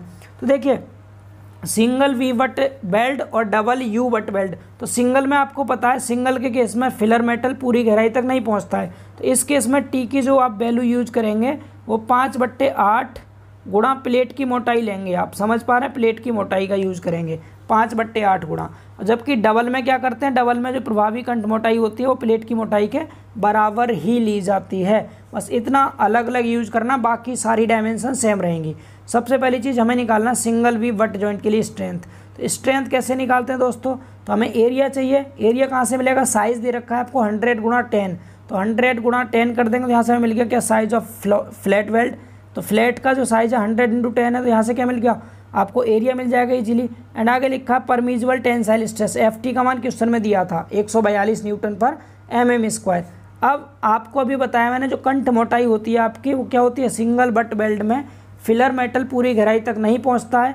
इस केस में जो आपकी टी होती है प्रभावी कंठ मोटाई, वो 5/8 गुणा थिकनेस ऑफ प्लेट लेते हैं। यहाँ प्लेट की जगह फ्लैट है और जिसकी थिकनेस कितनी दे रखी है, मोटाई आप देख सकते हैं इसकी थिकनेस कितनी है, 100 गुणा 10 था तो 10 इसकी मोटाई थी। तो 5/8 गुणा 10 अगर आप करेंगे तो 6.25 mm आ जाएगी स्मॉल टी की वैल्यू, यानी प्रभावी कंठ मोटाई की वैल्यू। समझ आ गया। एल की वैल्यू, एल आपका एक्चुअल लेंथ के बराबर होता है और इस फ्लैट की लेंथ कितनी है आप साइज़ में देख सकते हैं, लेंथ 100 है और प्लेट की मोटाई 10 थी। तो यहाँ से हमने स्मॉल टी निकाल लिया, स्मॉल टी तो आया 6.25 और जो एल आएगा वो 100 mm ही आएगा, एक्चुअल लेंथ के बराबर ही लेंगे। ठीक है। अब पी का फॉर्मूला लगा दीजिए, वैल्यू पुट कर दीजिए। पी का formula L into T into F T होता है। एल का मान 100 हो गया, टी का मान 6.25 हो गया और एफ टी का मान 142। इनका मल्टीप्लाई कर दिया, आपकी यहाँ से स्ट्रेंथ आ गई। ठीक है, ये इसकी स्ट्रेंथ निकल आई। किस केस में, सिंगल वी बट जॉइंट के लिए। अब डबल यू बट जॉइंट के लिए निकाल लीजिए। डबल यू बट जॉइंट के केस में क्या होगा, साइज़ तो ये दे रखा था आपको फ्लैट का साइज़ 100 गुणा 10। ठीक है। एफ टी का मान 142 न्यूटन पर mm² दिया था। अब चूंकि ये डबल जॉइंट है आपका, डबल बट वेल्ड है, तो इसमें फिलर मेटल जो आपका पूरी गहराई तक पहुंच जाता है। तो इस केस में जो प्रभावी कंठ मोटाई टी लेते हैं वो प्लेट की मोटाई के बराबर ही लेते हैं। तो स्मॉल टी का मान हो गया, एल का मान ऊपर दे रखा आपको 100, एल हो गया, टी हो गया, एरिया निकल जाएगा यहाँ से। वैल्यू पुट कर दीजिए, एल का मान 100, टी का मान 10 और एफ टी का मान 142 दिया था क्वेश्चन में। तो ये आ गई स्ट्रेंथ इसकी पी। ठीक है, तो आपको पता चल गया इस केस में हमारा क्या होगा, स्ट्रेंथ 142 किलो न्यूटन हो गई। तो दोनों पार्ट आपके सॉल्व हो चुके हैं। बाकी और न्यूमेरिकल आपको टेलीग्राम से ये पीडीएफ पूरा मिल जाएगा, कंप्लीट पीडीएफ जो कि आपका 138 पेज का है, वहाँ से कर लीजिएगा। इसके बाद इसके अलावा हम करेंगे एमसीक्यूज की प्रैक्टिस, क्योंकि आपके एग्जाम में एमसीक्यूज ज़्यादा आएंगे। ठीक है, एमसीक्यूज में भी बहुत बड़े न्यूमेरिकल नहीं पूछेगा, छोटे छोटे न्यूमेरिकल, फार्मूला, थ्योरी और थ्योरी के कॉन्सेप्ट, ये सब आपसे पूछे जाएंगे। तो हमारा बेल्ट जॉइंट दोस्तों हो चुका है कंप्लीट। बेल्ट जॉइंट हमारा पूरा कंप्लीट हो गया है। अब इसका चैप्टर 4 शुरू होगा, थ्योरी का टेंशन मेंबर। लेकिन टेंशन मेंबर शुरू करने से पहले हम बेल्ट जॉइंट की पहले एमसीक्यूज लगा लेते हैं। एंड इस बार नए सिलेबस के अकॉर्डिंग बोल्ट जॉइंट भी आपका ऐड किया गया सिलेबस में। तो टेंशन मेंबर से पहले मैं आपको बोल्ट जॉइंट भी, यानी बोल्ट कनेक्शन भी आपको पढ़ाऊंगा कि बोल्ट जॉइंट क्या होता है। उसके भी 1-2 क्वेश्चन अगर होंगे तो उसे भी लगा लेंगे हम। ठीक है, एटलीस्ट थ्योरी तो उसकी कर ही लेंगे बोल्ट जॉइंट की, क्योंकि लास्ट ईयर नहीं था बोल्ट जॉइंट, इस बार नया ऐड हुआ है सिलेबस में, तो वो भी करेंगे। ये मैराथन क्लासेस में कुछ नहीं छोड़ूंगा, आपका पूरा डीएसएस कंप्लीट करा दूंगा। ठीक है, तो चलिए अब चलते हैं पहले हम बेल्ट जॉइंट के एमसीक्यूज की तरफ। ठीक है, तो देखिए दोस्तों, बात करते हैं अब हम बेल्टेड कनेक्शन के एमसीक्यूज की।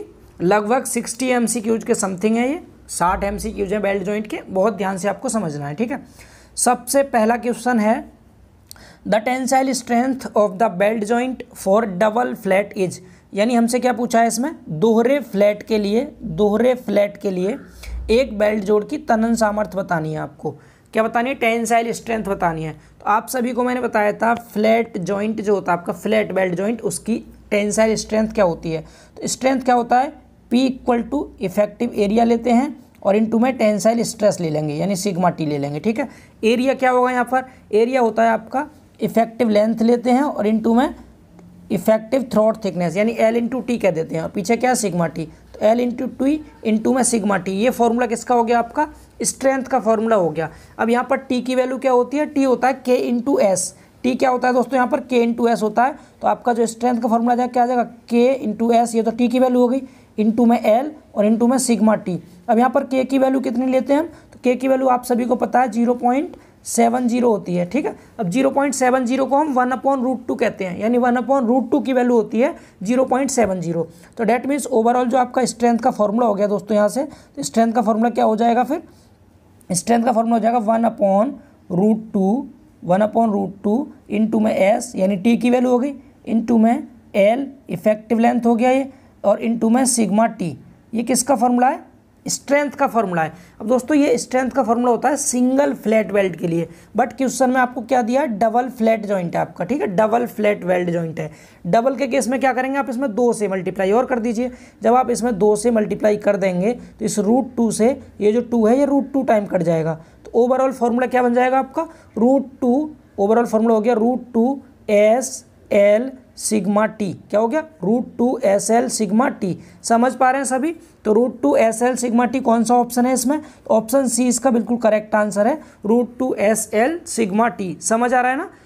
एक्चुअल जो बेल्ट जॉइंट का फॉर्मूला होगा दोस्तों स्ट्रेंथ का, वो 1/√2 होता है, यानी जो 0.70 होता है वो 1/√2 की वैल्यू होती है। लेकिन ये डबल है तो 1/√2 में जब आप 2 से मल्टीप्लाई करेंगे तो √2 टाइम ये कट जाता है, इसीलिए √2SL सिग्मा टी आएगा। ये डबल के केस में है, सिंगल होता तो 1/√2 लेते। क्लियर हुआ सभी को?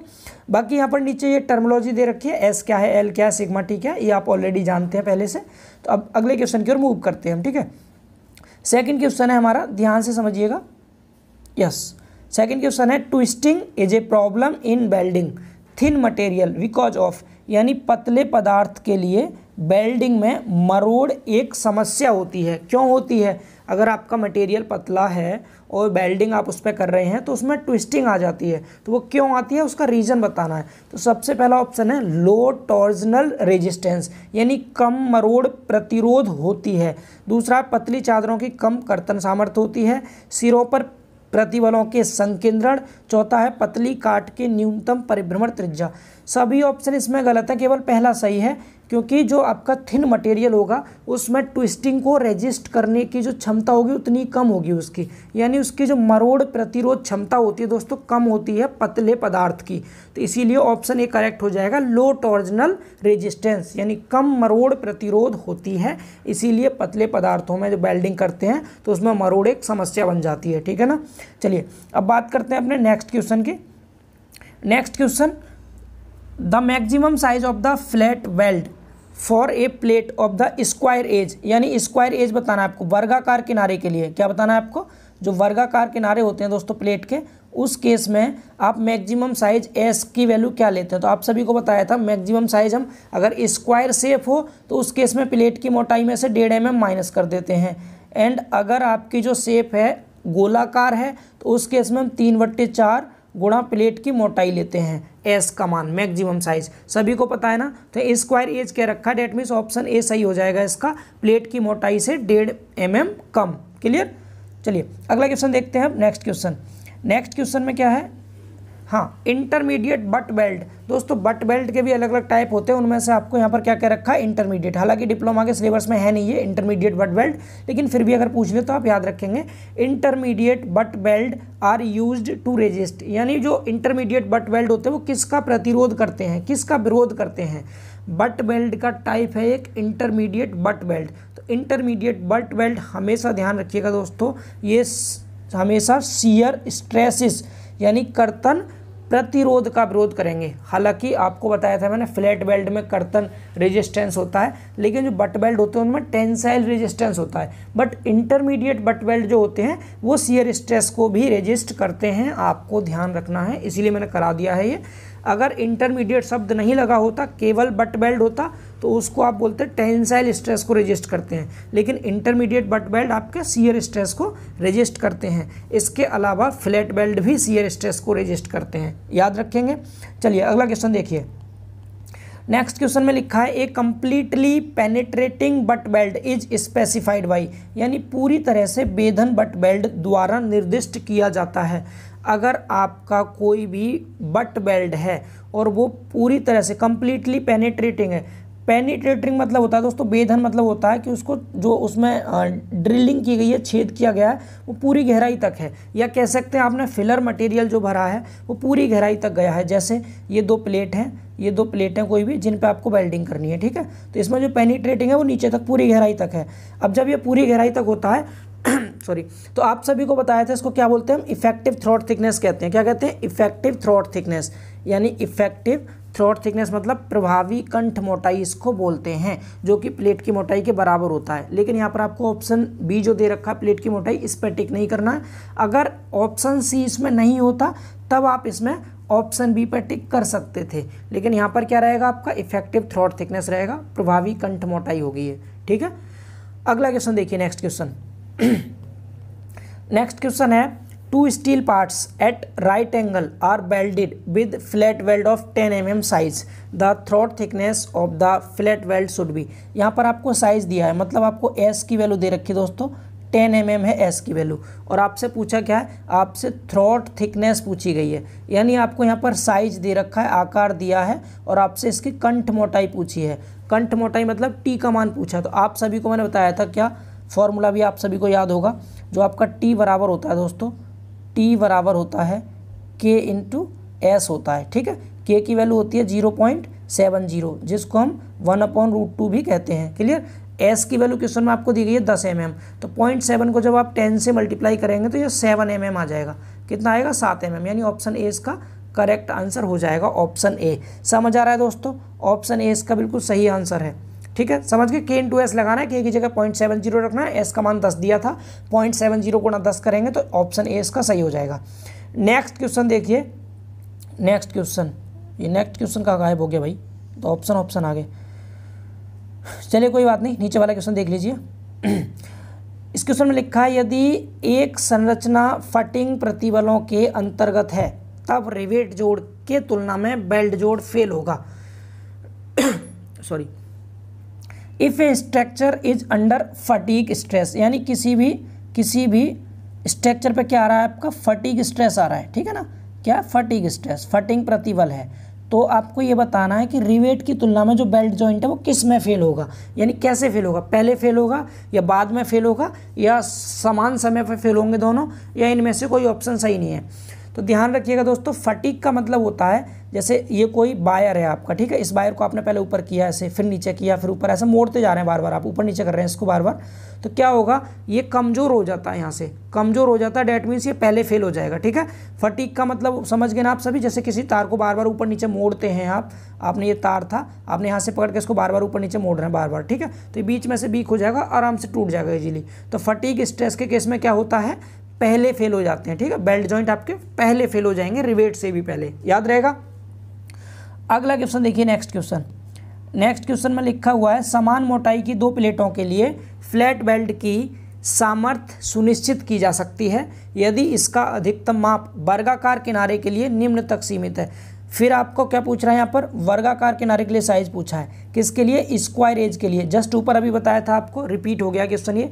एस बराबर क्या बताया था, प्लेट की मोटाई में से 1.5 mm माइनस कर देंगे, कितना, 1.5 mm माइनस कर देते हैं वर्गाकार के लिए। अगर गोलाकार होता तो 3/4 गुणा प्लेट की मोटाई लेते। तो इस केस में आपका ऑप्शन कौन सा सही है, इसका ऑप्शन ए करेक्ट है, बाकी ऑप्शन आपको देखने की आवश्यकता भी नहीं है। समझ आ गया सभी को, क्लियर हुआ ना। आपको पीडीएफ दे दूंगा मैं इसका, अगर आपको दोबारा पढ़ना होगा तो पीडीएफ से पढ़ लीजिएगा। अभी फिलहाल आप इनके आंसर समझ लीजिए, बिकॉज पीडीएफ में आपको आंसर प्रोवाइड नहीं किए जाएंगे, वो रिवीजन के लिए होगा सिर्फ। नेक्स्ट क्वेश्चन है, the strength of a standard 5 mm size flat belt पर मीटर लेंथ वुड बी, यानी एस का मान दे रखा है आपको 5 mm और लेंथ दे रखी है आपको 1 मीटर पर मीटर। आपसे पूछा है, स्ट्रेंथ पूछा गया है। स्ट्रेंथ का फॉर्मूला आप सभी जानते हैं क्या होता है, 0.70 S, 0.70 S, ये तो हो गया टी की वैल्यू, इंटू में एल इफेक्टिव लेंथ, इंटू में स्ट्रेस, ठीक है, इंटू में क्या होगा, स्ट्रेस, यानी शियर स्ट्रेस, सिग्मा एस कर देंगे फ्लैट बेल्ट के लिए। समझ पा रहे हैं, ये तो हो गया फॉर्मूला स्ट्रेंथ का। 0.70 S, एस का मान कितना है इसमें, 5 mm दिया है, तो 0.70 को 5 से गुणा करेंगे तो 7 पंजे 35 होता है, यानी 3.5 आ गया। कैलकुलेशन समझ लीजिएगा दोस्तों ध्यान से, ठीक है। ये आगे किसकी वैल्यू, 0.70 S की वैल्यू हो गई यहाँ पर कितनी, 3.5, गुणा कीजिए। इसके बाद आपको एल चाहिए, एल पर मीटर यानी 1 मीटर दिया है, इसको mm में चेंज करेंगे तो 1000 हो जाएगा। ये कितना हो जाएगा, 1000 हो गया। यहाँ तक समझ आया, यानी एल तक सॉल्व हो गया हमारा, 3.5 गुणा 1000, यहाँ तक क्लियर हुआ। इसको अगर मैं सॉल्व करूँ, मल्टीप्लाई कर दूँ तो ये आपका 3500 आ जाएगा ओवरऑल। कितना आ गया दोस्तों, ये 3500, यहाँ तक समझ आ रहा है, 3500 इंटू में, अब सिग्मा एस का मान और रह गया, सिग्मा एस कितना 90 दिया है, 90 दिया है, 90 समझ आ रहा है। तो पीछे 3 जीरो आएंगे आपके, पीछे 3 जीरो हो जाएंगे जो कि न्यूटन के लिए होते हैं। केवल हमें 9 को मल्टीप्लाई कर देना 35 से। अब कीजिए 9 को मल्टीप्लाई, तो 9 पंजे 45 होता है, 5 आ गया, 9 पंजे 45, 5 आ गया, हासिल 4 हो गए, 9 तिया 27 और 4 31, 315, और पीछे 3 जीरो को मैं किलो न्यूटन लिख दे रहा हूँ, तो 315 किलो न्यूटन आ गया। ये 315 किलो न्यूटन, लगभग ऑप्शन 318 के समथिंग है ये, तो ऑप्शन बी इसका बिल्कुल सही आंसर हो जाएगा दोस्तों। इजी कैलकुलेशन थी, बिल्कुल सभी वैल्यू आपको पता थी, पुट करके आप इजीली सॉल्व कर सकते थे। स्क्रीन पे मैं इतना ही सॉल्व करके आपको दिखा सकता था, ठीक है। उम्मीद करते हैं समझ आ गया होगा।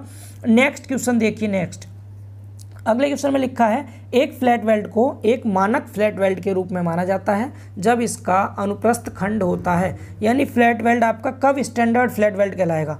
एक फ्लैट वेल्ड जॉइंट जो होता है वो स्टैंडर्ड फ्लैट वेल्ड जॉइंट कब कहलाता है। तो आपको बताया था फ्लैट वेल्ड होता क्या है, ध्यान से समझिएगा। स्टैंडर्ड कब कहेंगे इसको, क्या होता है फ्लैट वेल्ड, जब दो प्लेट्स हैं दोस्तों, दो प्लेट्स हैं और इन दोनों प्लेट्स को एक दूसरे के ऊपर रख करके हम वेल्डिंग करते हैं, ठीक है। और इसमें कैसा ट्रायंगुलर सेक्शन बनता है, ये वाला यहाँ पर ट्रायंगुलर सेक्शन बनता है, ट्रायंगुलर, ठीक है। इस तरह से जो वेल्डिंग की जाती है, इसलिए इस बीच में हम वेल्डिंग करते हैं यहाँ पर।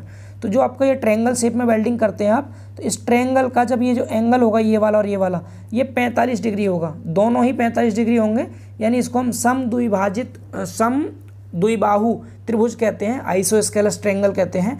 जब ये 45 डिग्री होता है आपका यहाँ पर एंगल, तो इसको कहेंगे स्टैंडर्ड फ्लैट वेल्ड है ये, ठीक है।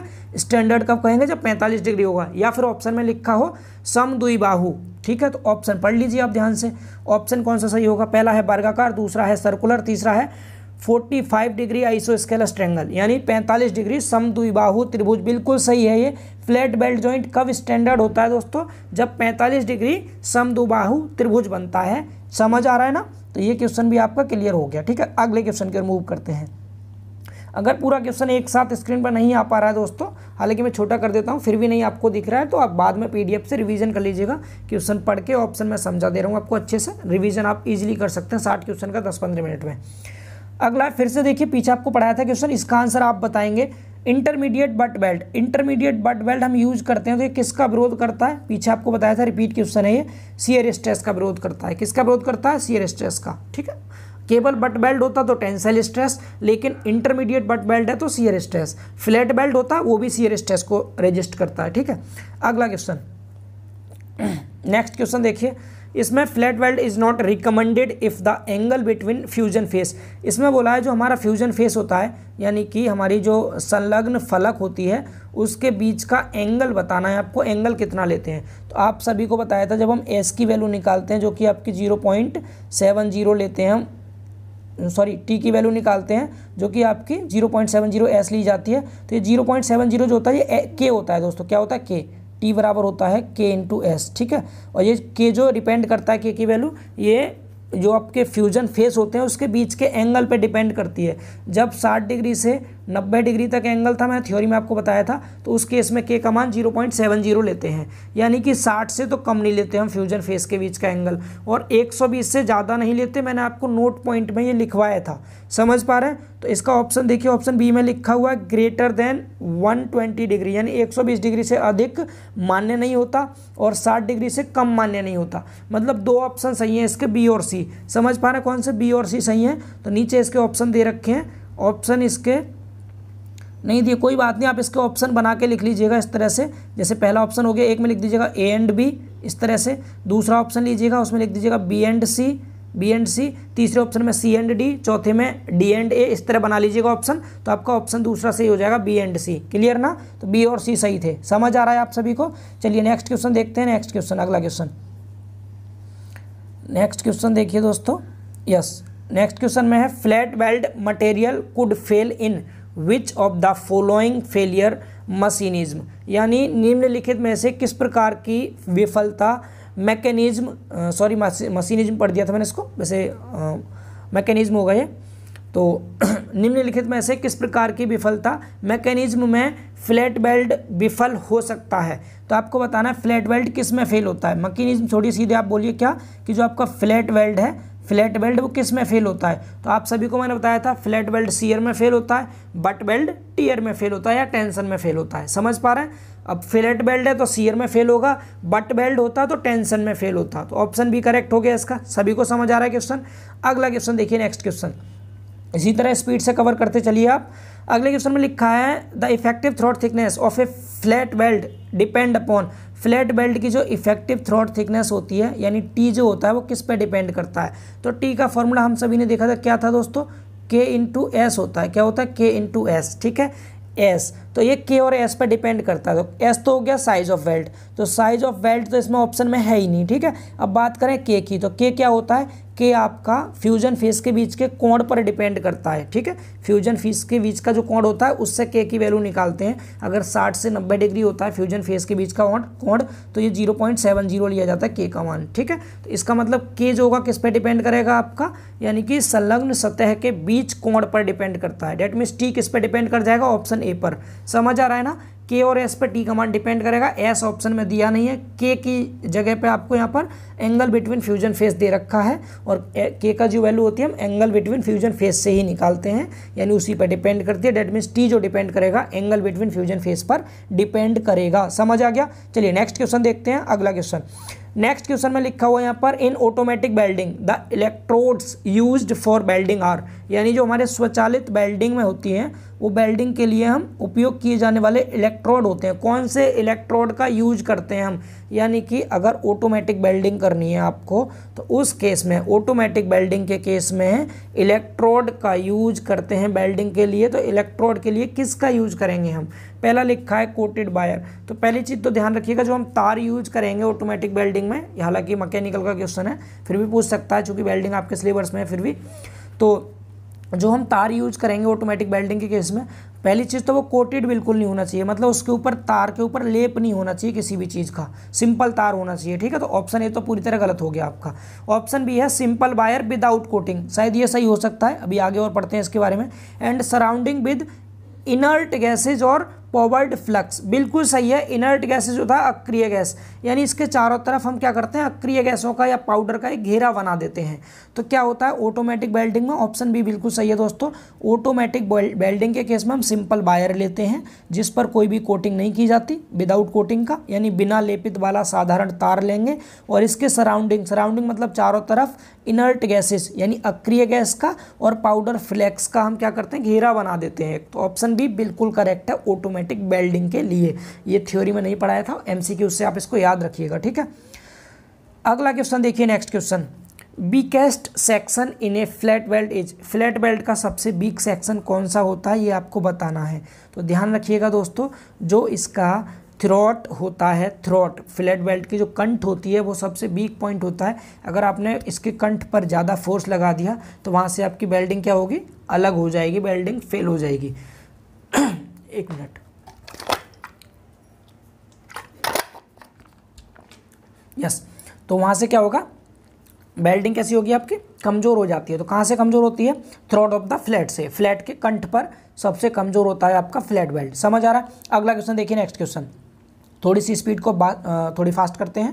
क्वेश्चन लिखा है the effective length of the flat weld is, यानी यहाँ पर क्या पूछा है, इफेक्टिव लेंथ। बहुत ध्यान से क्वेश्चन करना है दोस्तों, बहुत ध्यान से। ऑप्शन ए में आपको 0.70 इंटू टोटल लेंथ दिखा रखा है, ऑप्शन बी में दिखा रहा है टोटल लेंथ -2 वेल्ड साइज, बिल्कुल सही है। इफेक्टिव लेंथ क्या बताया था, जैसे ये कोई सरफेस है, यहाँ पर आपने क्या किया, इस सरफेस पर यहाँ पर कोई प्लेट लगा दी, इधर आपने वेल्डिंग की, इधर आपने वेल्डिंग की, दोनों तरफ वेल्डिंग कर रखी है, ठीक है। ये वाला एक इधर वेल्डिंग और एक इधर वेल्डिंग, तो जो यहाँ से यहाँ तक हो गया आपका, ये तो होता है क्या, ये उसकी एक्चुअल लेंथ होती है, टोटल लेंथ। और जो बीच वाला ये वाला होता है, ये होता है आपका इफेक्टिव लेंथ।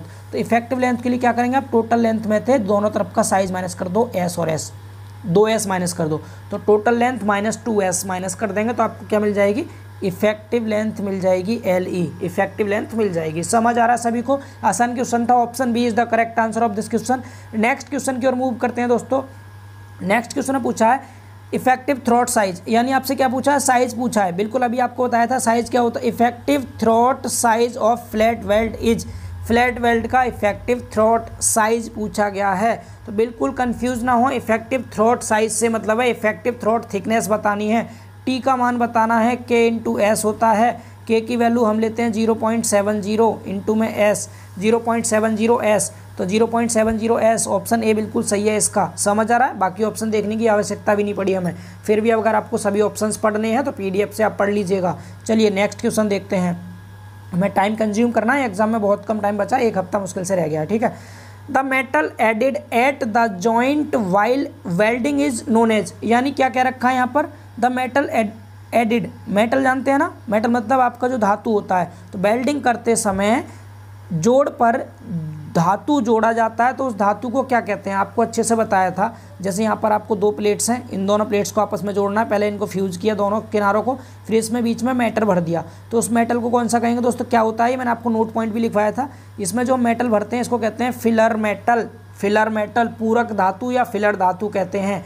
बिल्कुल सही है, ऑप्शन आपका बी करेक्ट है। सब क्वेश्चन लगभग आपको नोट्स से मिल रहे होंगे, आप सभी को समझ आ रहा होगा। चलिए नेक्स्ट क्वेश्चन देखिए, अगला क्वेश्चन है the shortest distance from the root of the fillet weld to the face of the diagrammatic weld is known as, यानी फ्लैट बेल्ट का जो रूट होता है दोस्तों, वहाँ से डायग्रामेटिक वेल्ड के फलक की न्यूनतम दूरी को क्या कहते हैं, ये आप सभी को पता होना चाहिए। आप बताइए आंसर इसका। आप मेरे आंसर बताने से पहले खुद मन में अपना आंसर बता लीजिएगा, उसके बाद चेक कर लिया करिए कि आपका आंसर सही है या नहीं, क्योंकि अपनी आपको नॉलेज भी चेक करनी है, आपको कितना समझ में आ रहा है, आप कितना पढ़ चुके हैं अब तक।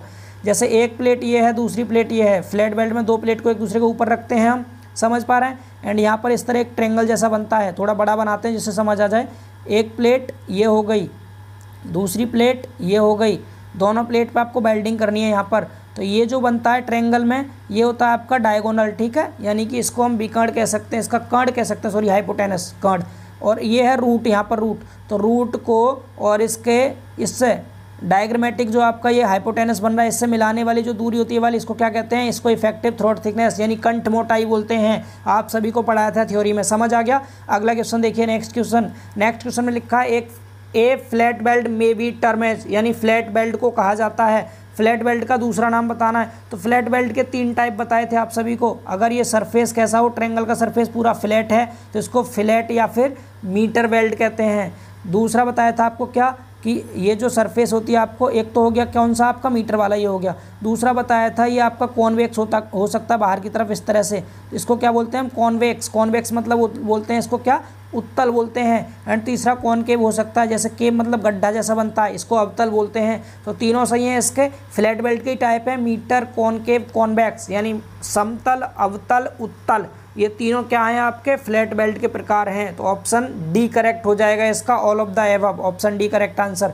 नेक्स्ट क्वेश्चन देखिए दोस्तों, next question, which one of the following methods is largely used for welding of rails in workshop, यानी वर्कशॉप में जो आपकी रेल होती है, यानी ट्रेन की जो पटरी होती है दोस्तों, उसको रेल कहा जाता है। तो कार्यालय में रेलों की जो बेल्डिंग करते हैं वो कौन से मेथड से करते हैं हम, ठीक है, ट्रेन की पटरी की बेल्डिंग किस मेथड से करते हैं, तो उस मेथड का नाम होता है फ्लैश बट बेल्डिंग। कौन सी, फ्लैश बट बेल्डिंग। समझ आ रहा है दोस्तों, फ्लैश बट बेल्डिंग करते हैं। अगला क्वेश्चन देखिए, नेक्स्ट क्वेश्चन में लिखा है विच of the following does not describe A belt type, यानी निम्नलिखित में से कौन बेल्ट के प्रकार का व्याख्या नहीं है। इनमें से बेल्ट का टाइप कौन सा नहीं है, सिंपल आपको बताना है। बट बेल्ट भी आपने सुना है, लैप भी आपने सुना है, लैप मतलब फ्लैट होता है बेल्डिंग में, और प्लग वेल्डिंग भी होती है, लेकिन जिगजैग वेल्डिंग कोई नहीं होती। तो जिगजैग वेल्डिंग इसका सही आंसर हो जाएगा, ठीक है। जिगजैग रिवेटिंग होती है, वेल्डिंग नहीं होती। क्लियर हुआ। चलिए नेक्स्ट क्वेश्चन की ओर मूव करते हैं। नेक्स्ट क्वेश्चन है as compare to riveting welding is preferred these days because, यानी कि आपको क्या बोला है, रिवेटिंग के कंपेयर में वेल्डिंग को ज़्यादा प्रेफर करते हैं, ज़्यादा अपनाया जाता है। क्यों अपनाया जाता है वेल्डिंग को ज़्यादा, तो यहाँ पर एडवांटेज आप सभी को बताए थे क्या, it is a silent process, यानी ये एक शांत प्रक्रिया, वेल्डिंग में रिवेटिंग के अपेक्षा कम समय लगता है, ये मैंने आपको बताया था, इसका लाभ होता है ये।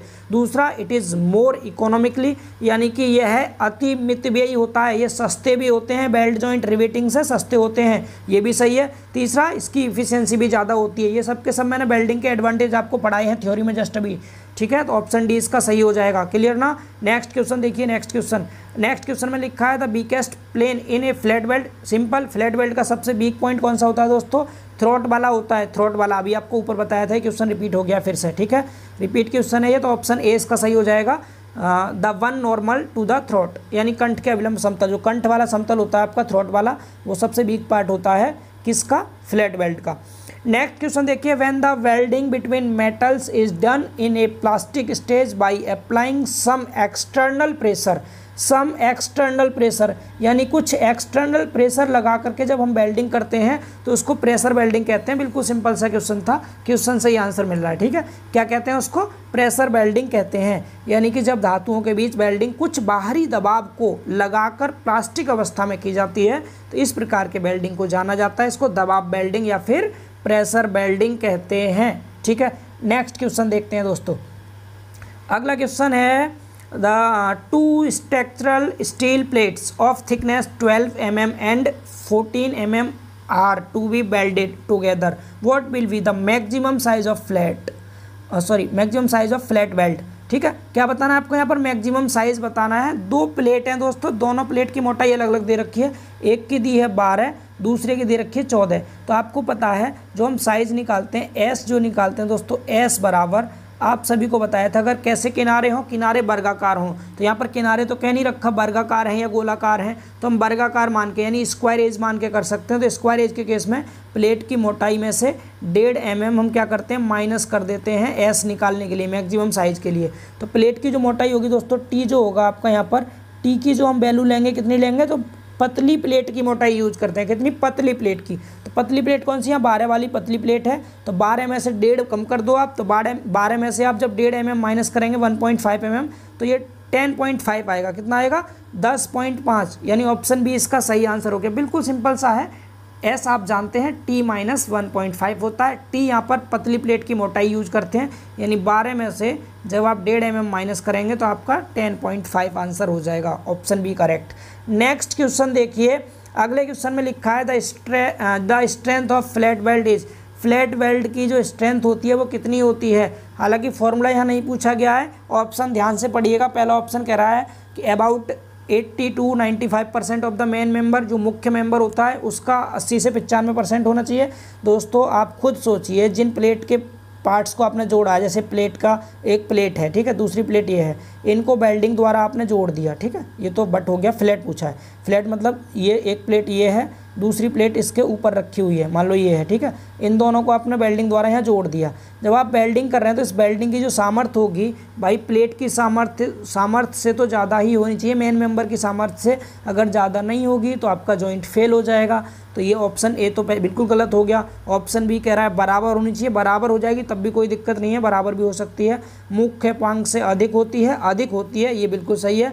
बी सही है, सी सही है। और डी में कह रहा है इक्वल टू और मोर देन, तो ऑप्शन डी बिल्कुल सही हो गया।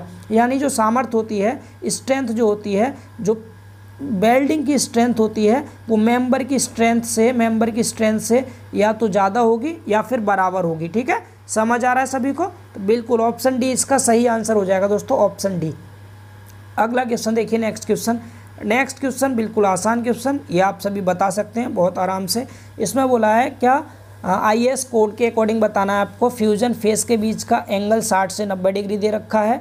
तो इफेक्टिव थ्रॉट थिकनेस टी की वैल्यू बतानी है। टी बराबर क्या होता है दोस्तों? टी बराबर होता है हमारा के इंटू में एस। के की वैल्यू कितनी होती है? जब 60 से 90 डिग्री का एंगल हो तो 0.70 होती है। बार बार मैं आपको बताता आ रहा हूँ, अब तक तो आपको रट गया होगा।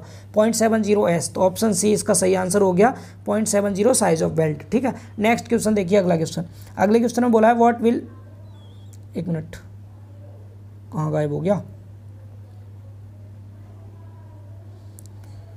Yes, next question.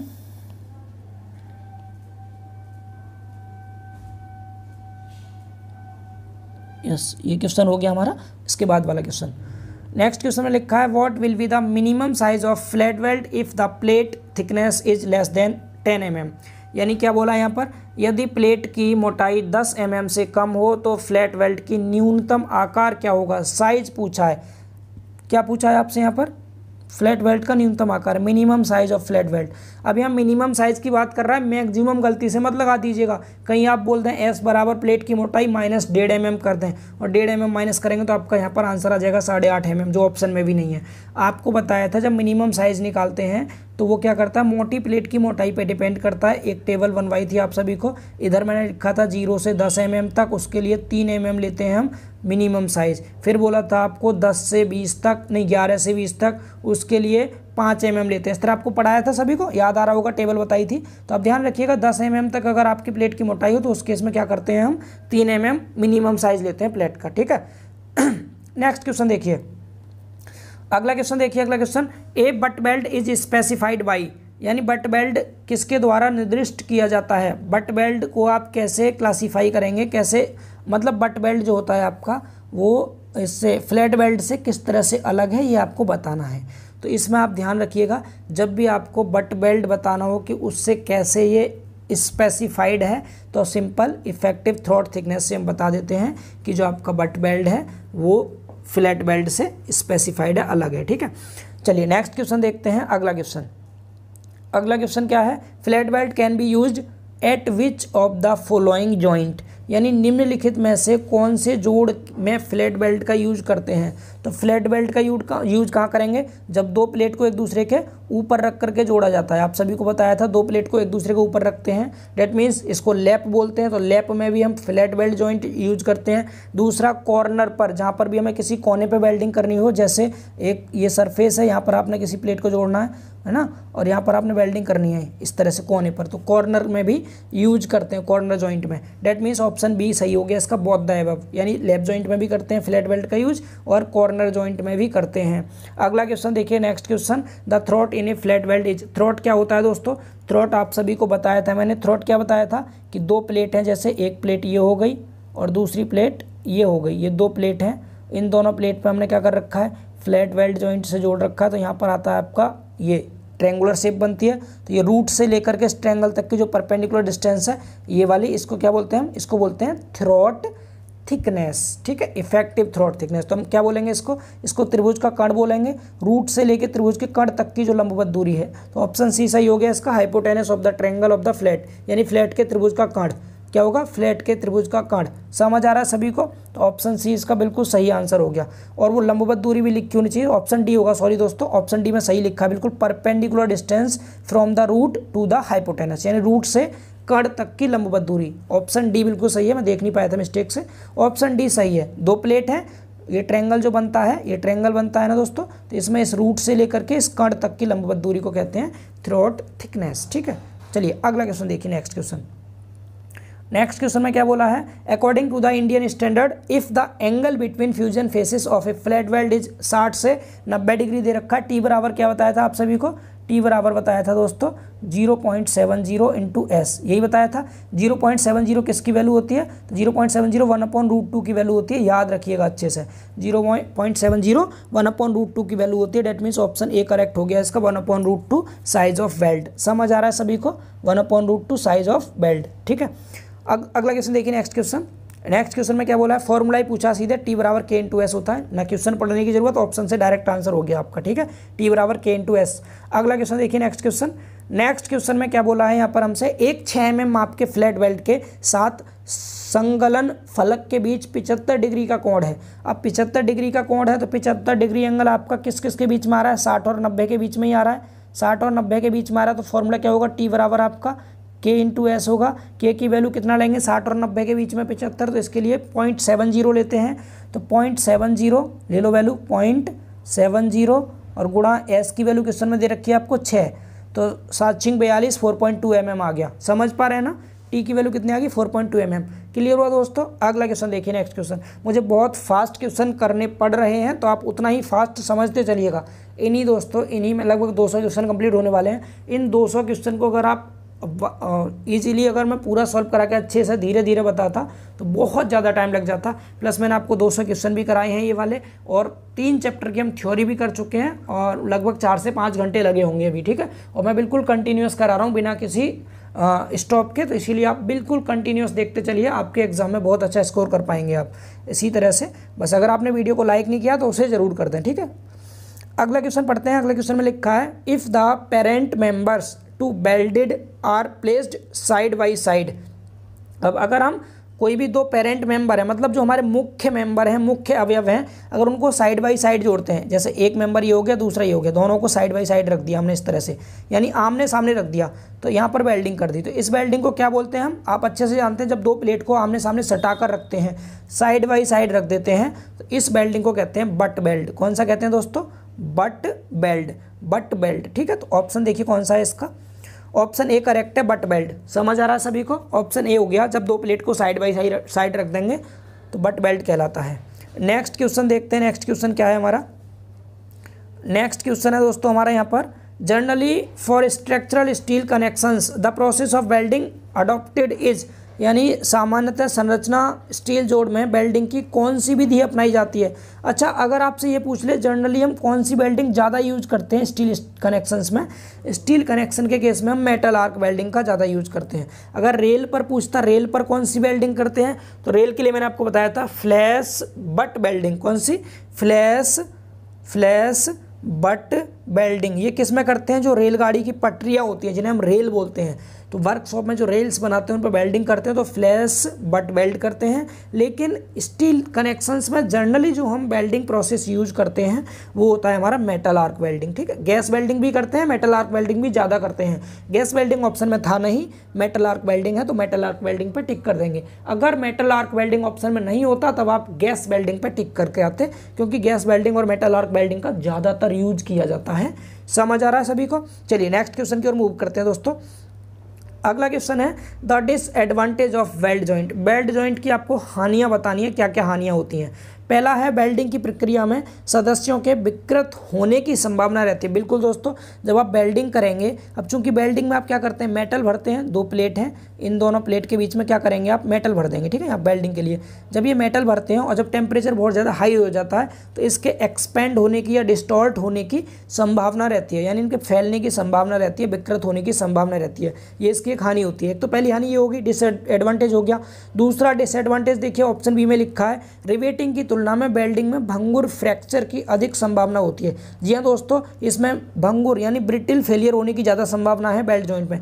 Brittle failure और डक्टाइल फेलियर क्या होते हैं? ब्रिटिल मतलब जो एक साथ टूट जाता है, डक्टाइल मतलब जिसमें पहले क्रैक्स आते हैं, तो मतलब क्रैक्स नहीं सॉरी, जिसकी लंबाई बढ़ जाती है, टूटने से पहले क्या होगी, थोड़ी लंबाई बढ़ जाएगी, वो डक्टाइल होते हैं। ठीक है, ब्रिटिल मतलब एक साथ टूट जाते हैं, तो वेल्डिंग जो होती है आपकी वो एक साथ टूटेगी क्रैक्स के साथ, इसलिए इसको ब्रिटिल फेलियर कहते हैं। ये हानि है इसकी। ठीक है, ये भी क्या हानि है वेल्डिंग की। तीसरा है इसमें बेल्ट जोड़ का निरीक्षण अधिक कठिन और महंगा है और इसके लिए कुशल मैकेनिक की आवश्यकता होती है, तो ये भी इसकी हानि है दोस्तों। तो ऑप्शन डी करेक्ट हो गया इसका, ऑल ऑफ द अबव। ये सभी हानियाँ थी। नेक्स्ट क्वेश्चन देखिए, the size of the fillet weld is given by. Flat weld का आकार किसके द्वारा दिया जाता है? फ्लैट बेल्ट का साइज़ बताना है आपको, तो साइज़ हम किसके द्वारा बताते हैं? यहाँ पर साइज़ की डेफिनेशन पूछी है, तो आप सभी को मैंने बताया था कि दो प्लेट हैं, ये दो प्लेट हैं कोई भी, यस ये दो प्लेट्स हैं, एक प्लेट ऊपर रख दी, एक प्लेट नीचे रख दी। ठीक है, इन दोनों प्लेट को जब हम जोड़ेंगे तो यहाँ पर एक ट्रायंगुलर फेस बनता है, ट्रायंगुलर फेस यहाँ पर। ठीक है, ये वाला, तो इस ट्रायंगल की जो परपेंडिकुलर वाली साइड होती है जिसको हम लेग बोलते हैं, ये वाली, एक ये टांग लंबाई, ये वाली एक ये, तो इस टांग लंबाई में से सबसे छोटी वाली जो टांग लंबाई होगी उसके बराबर लेते हैं हम। ठीक है, त्रिभुज की सबसे छोटी भुजा, दूसरा लिखा है फ्लैट का कंठ, तीसरा लिखा है वेल्डेड प्लेट का छोटा आकार, और तो यहाँ पर हम क्या याद रखेंगे, जो हमारी त्रिभुज की सबसे छोटी भुजा होती है उसको न्यूनतम साइज कहते हैं, मिनिमम साइज कहते हैं। ठीक है, या साइज ऑफ वेल्ड कहते हैं। समझ आ रहा है ना, ये डेफिनेशन से पूछ लिया है क्वेश्चन। तो the size of fillet weld क्या होगा दोस्तों? Smaller side of the triangle. Option A correct है इसका।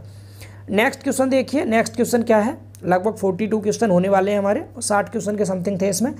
एक लैप जॉइंट पर दो प्लेटों को जोड़ने के लिए उपयोग किया जाने वाला बेल्ट का प्रकार कहलाता है। क्या बोला है? The type of weld use to connection two plates at a lap joint. Lap joint बोला है, लैप जॉइंट, तो लैप जॉइंट में कौन सा प्लेट बेल्ट करते हैं हम? लेट में कौन सा करते हैं? फ्लैट करते हैं। ठीक है, दो प्लेट को एक दूसरे के ऊपर रखते हैं, इसको लैप बोलते हैं, और बेल्ट में क्या बोलते हैं? इसको फ्लैट बोलते हैं। ठीक है, क्लियर हो गया दोस्तों? आसान क्वेश्चन थे, उम्मीद करते हैं समझ आ गया होगा आपको ये वाला क्वेश्चन भी।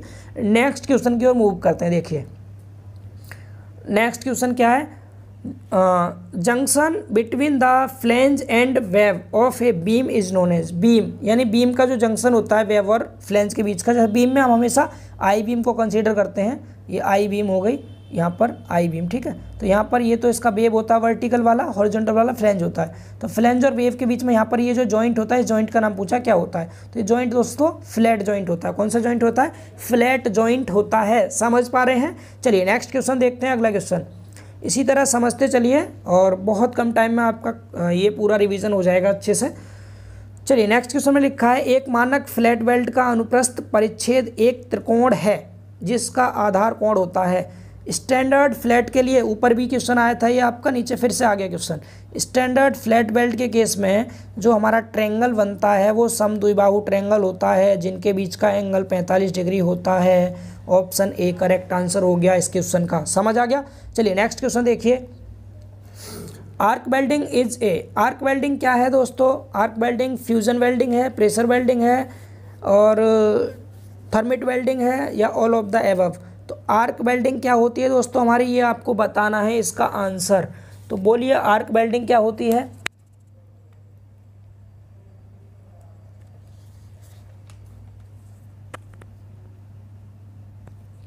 बोलिए आर्क वेल्डिंग क्या होती है? तो आपको बताया था मैंने वेल्डिंग प्रोसेस में, आर्क वेल्डिंग जो होती है, दो प्लेट हैं, जिन प्लेट के किनारों को जोड़ेंगे, पहले इनको हम क्या करते हैं, फ्यूज करते हैं। प्रोसेस समझाया था ना आपको, आर्क वेल्डिंग और गैस वेल्डिंग का दोनों का सेम प्रोसेस होता है। पहले इनको फ्यूज करते हैं, क्या करते हैं, पहले फ्यूज करते हैं, फिर जो गैप होता है उसमें फिलर मटेरियल भर देते हैं, तो क्या कहलाता है, फ्यूजन वेल्डिंग कहलाती है। आर्क वेल्डिंग क्या है, फ्यूजन वेल्डिंग यानी गलन वेल्डिंग है, दोनों प्लेट के किनारों को पहले फ्यूज करेंगे तब उसमें फिलर मेटल भर देते हैं, समझ आ रहा है। नेक्स्ट क्वेश्चन देखिए, अगला क्वेश्चन क्या है, मृदु इस्पात बेल्ट पदार्थ में अनुगेय कर्तन प्रतिबल का मान कितना होता है, 110। स्टैंडर्ड क्वेश्चन है, याद रखिएगा। शियर स्ट्रेस की वैल्यू 110, परमिजिबल शियर स्ट्रेस का मान माइल्ड स्टील के लिए बेल्ट मटेरियल में कितना लेते हैं, 110 न्यूटन पर एमएम स्क्वायर या एमपीए मेगा पास्कल लेते हैं। अगला क्वेश्चन देखिए, नेक्स्ट क्वेश्चन, यहीं पे अगर टेंसाइल पूछता तो 100 यूज कर लेते हैं आप। The advantage of welding lies in, यानी वेल्डिंग का यहाँ पर बताना है आपको लाभ क्या है। पहला है क्विक एंड इकोनॉमिक प्रोसेस, यानी ये तीव्र होता है और मितव्ययी होता है, बिल्कुल सही है ये। यानी जो आपका बेल्ट जॉइंट होता है रिवेटिंग की अपेक्षा कम टाइम में हो जाता है और सस्ता भी पड़ता है। दूसरा है बेटर अपीयरेंस ऑफ जॉइंट, यानी इसकी अपीयरेंस अच्छी होती है, अपीयरेंस मतलब जोड़ों की उत्तम उपस्थिति होती है, ठीक है, ये भी बिल्कुल सही है। तीसरा रिजिड होते हैं ये, यानी ऑप्शन डी सही है। जब भी आपसे एडवांटेज और डिसएडवांटेज पूछेगा लगभग आपको ऑप्शन डी ही मिलेगा इसमें, यानी सभी इसके लाभ और हानियाँ होते हैं। अगला क्वेश्चन, जी हाँ आपका फेवरेट क्वेश्चन, बहुत प्यारा सा क्वेश्चन है और आप इसको आराम से बता सकते हैं। आपको बताना है elementary welding symbol for fillet weld. Fillet weld का सिंबल कैसा होता है, बोलिए। अभी अभी आपको बताया था फ्लैट वेल्ड में दो प्लेट हैं, एक दूसरे के ऊपर इनको रख दीजिए और क्या बना दीजिए, ट्रायंगल बना दीजिए। ये वाला क्या बन गया यहाँ पर, अगर आप इसको मैं कलर चेंज करके बताऊँ तो ये जो आपका ट्रायंगल बन रहा है यहाँ पर, ये ट्रायंगल, ये क्या है, फ्लैट वेल्ड का सिंबल है। तो ऑप्शन सी हो गया दोस्तों इसका सही आंसर। समझ आ रहा है सभी को। चलिए अगला क्वेश्चन देखते हैं अब।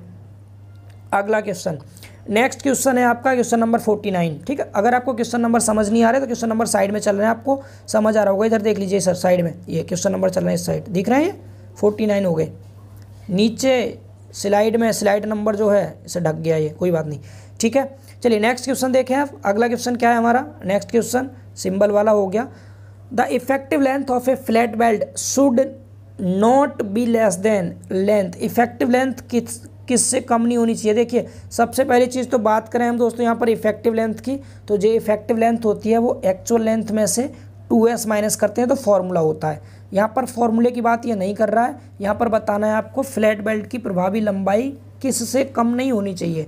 तो ध्यान रखिएगा जो साइज होता है बेल्ट का उसके 4, ये तो फॉर्मूला हो गया, ठीक है, एंड ये इसके 4 गुने, साइज के 4 गुने से किसी भी हालत में कम नहीं होनी चाहिए, ठीक है। इफेक्टिव लेंथ ज़्यादा ही होनी चाहिए, जितना बेल्डिंग जितने पोर्शन में कर रखी है उसके 4 गुने से कम नहीं होनी चाहिए इफेक्टिव लेंथ, समझ आ रहा है। तो ऑप्शन बी करेक्ट है, 4 टाइम्स द बेल्ट साइज, ठीक है। अगला क्वेश्चन देखिए, next question 50 question, the effective area of a butt weld is taken as the blanks दे रखा है of the effective throat thickness and the effective length of butt weld. देखिए क्या क्या पूछा है यहाँ पर आपसे, यहाँ पर आपसे कहा है जो एरिया होता है क्या, इफेक्टिव एरिया ए, वो किस किस का, यानी कि इफेक्टिव एरिया किसके टर्म में, इफेक्टिव थ्रोट थिकनेस और effective length, effective throat thickness और इफेक्टिव लेंथ दोनों का मल्टीप्लाई होता है, ठीक है। तो ऑप्शन सी सही हो गया, इसका प्रोडक्ट होता है, गुणनफल होता है, यानी कंठ मोटाई का और प्रभावी लंबाई का क्या करते हैं हम, गुणा कर देते हैं तो हमें एरिया मिल जाता है, ठीक है। ऑप्शन सी इसका सही आंसर है। अगला क्वेश्चन देखिए, नेक्स्ट क्वेश्चन में क्या लिखा है, maximum size of the flat weld that can be applied to the toe of an angle और the round edge. Round edge कैसी एज है दोस्तों, राउंड एज, ध्यान रखिएगा इस बार कौन सा है, राउंड एज। राउंड एज गोलाकार किनारा, गोलाकार किनारा, गोलेकार किनारे के लिए क्या लेते हैं, 3/4 गुणा प्लेट की मोटाई और वर्गाकार होता तो प्लेट की मोटाई से 1.5 mm कम। तो वर्गाकार तो है नहीं, गोलाकार है। गोलाकार में 3/4 गुणा प्लेट की मोटाई। ऑप्शन ए भी नहीं है, बी भी नहीं है। आगे देखिए, ऑप्शन सी भी नहीं है, ऑप्शन डी सही है।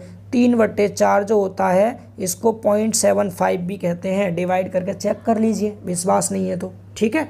ऑप्शन डी आएगा इसका। ऑप्शन डी हो गया, 0.75 गुना प्लेट की मोटाई के होता है। अगला क्वेश्चन देखिए, next question, the size of flat weld is indicated by the. Fillet belt के माप के द्वारा प्रदर्शित किया जाता है।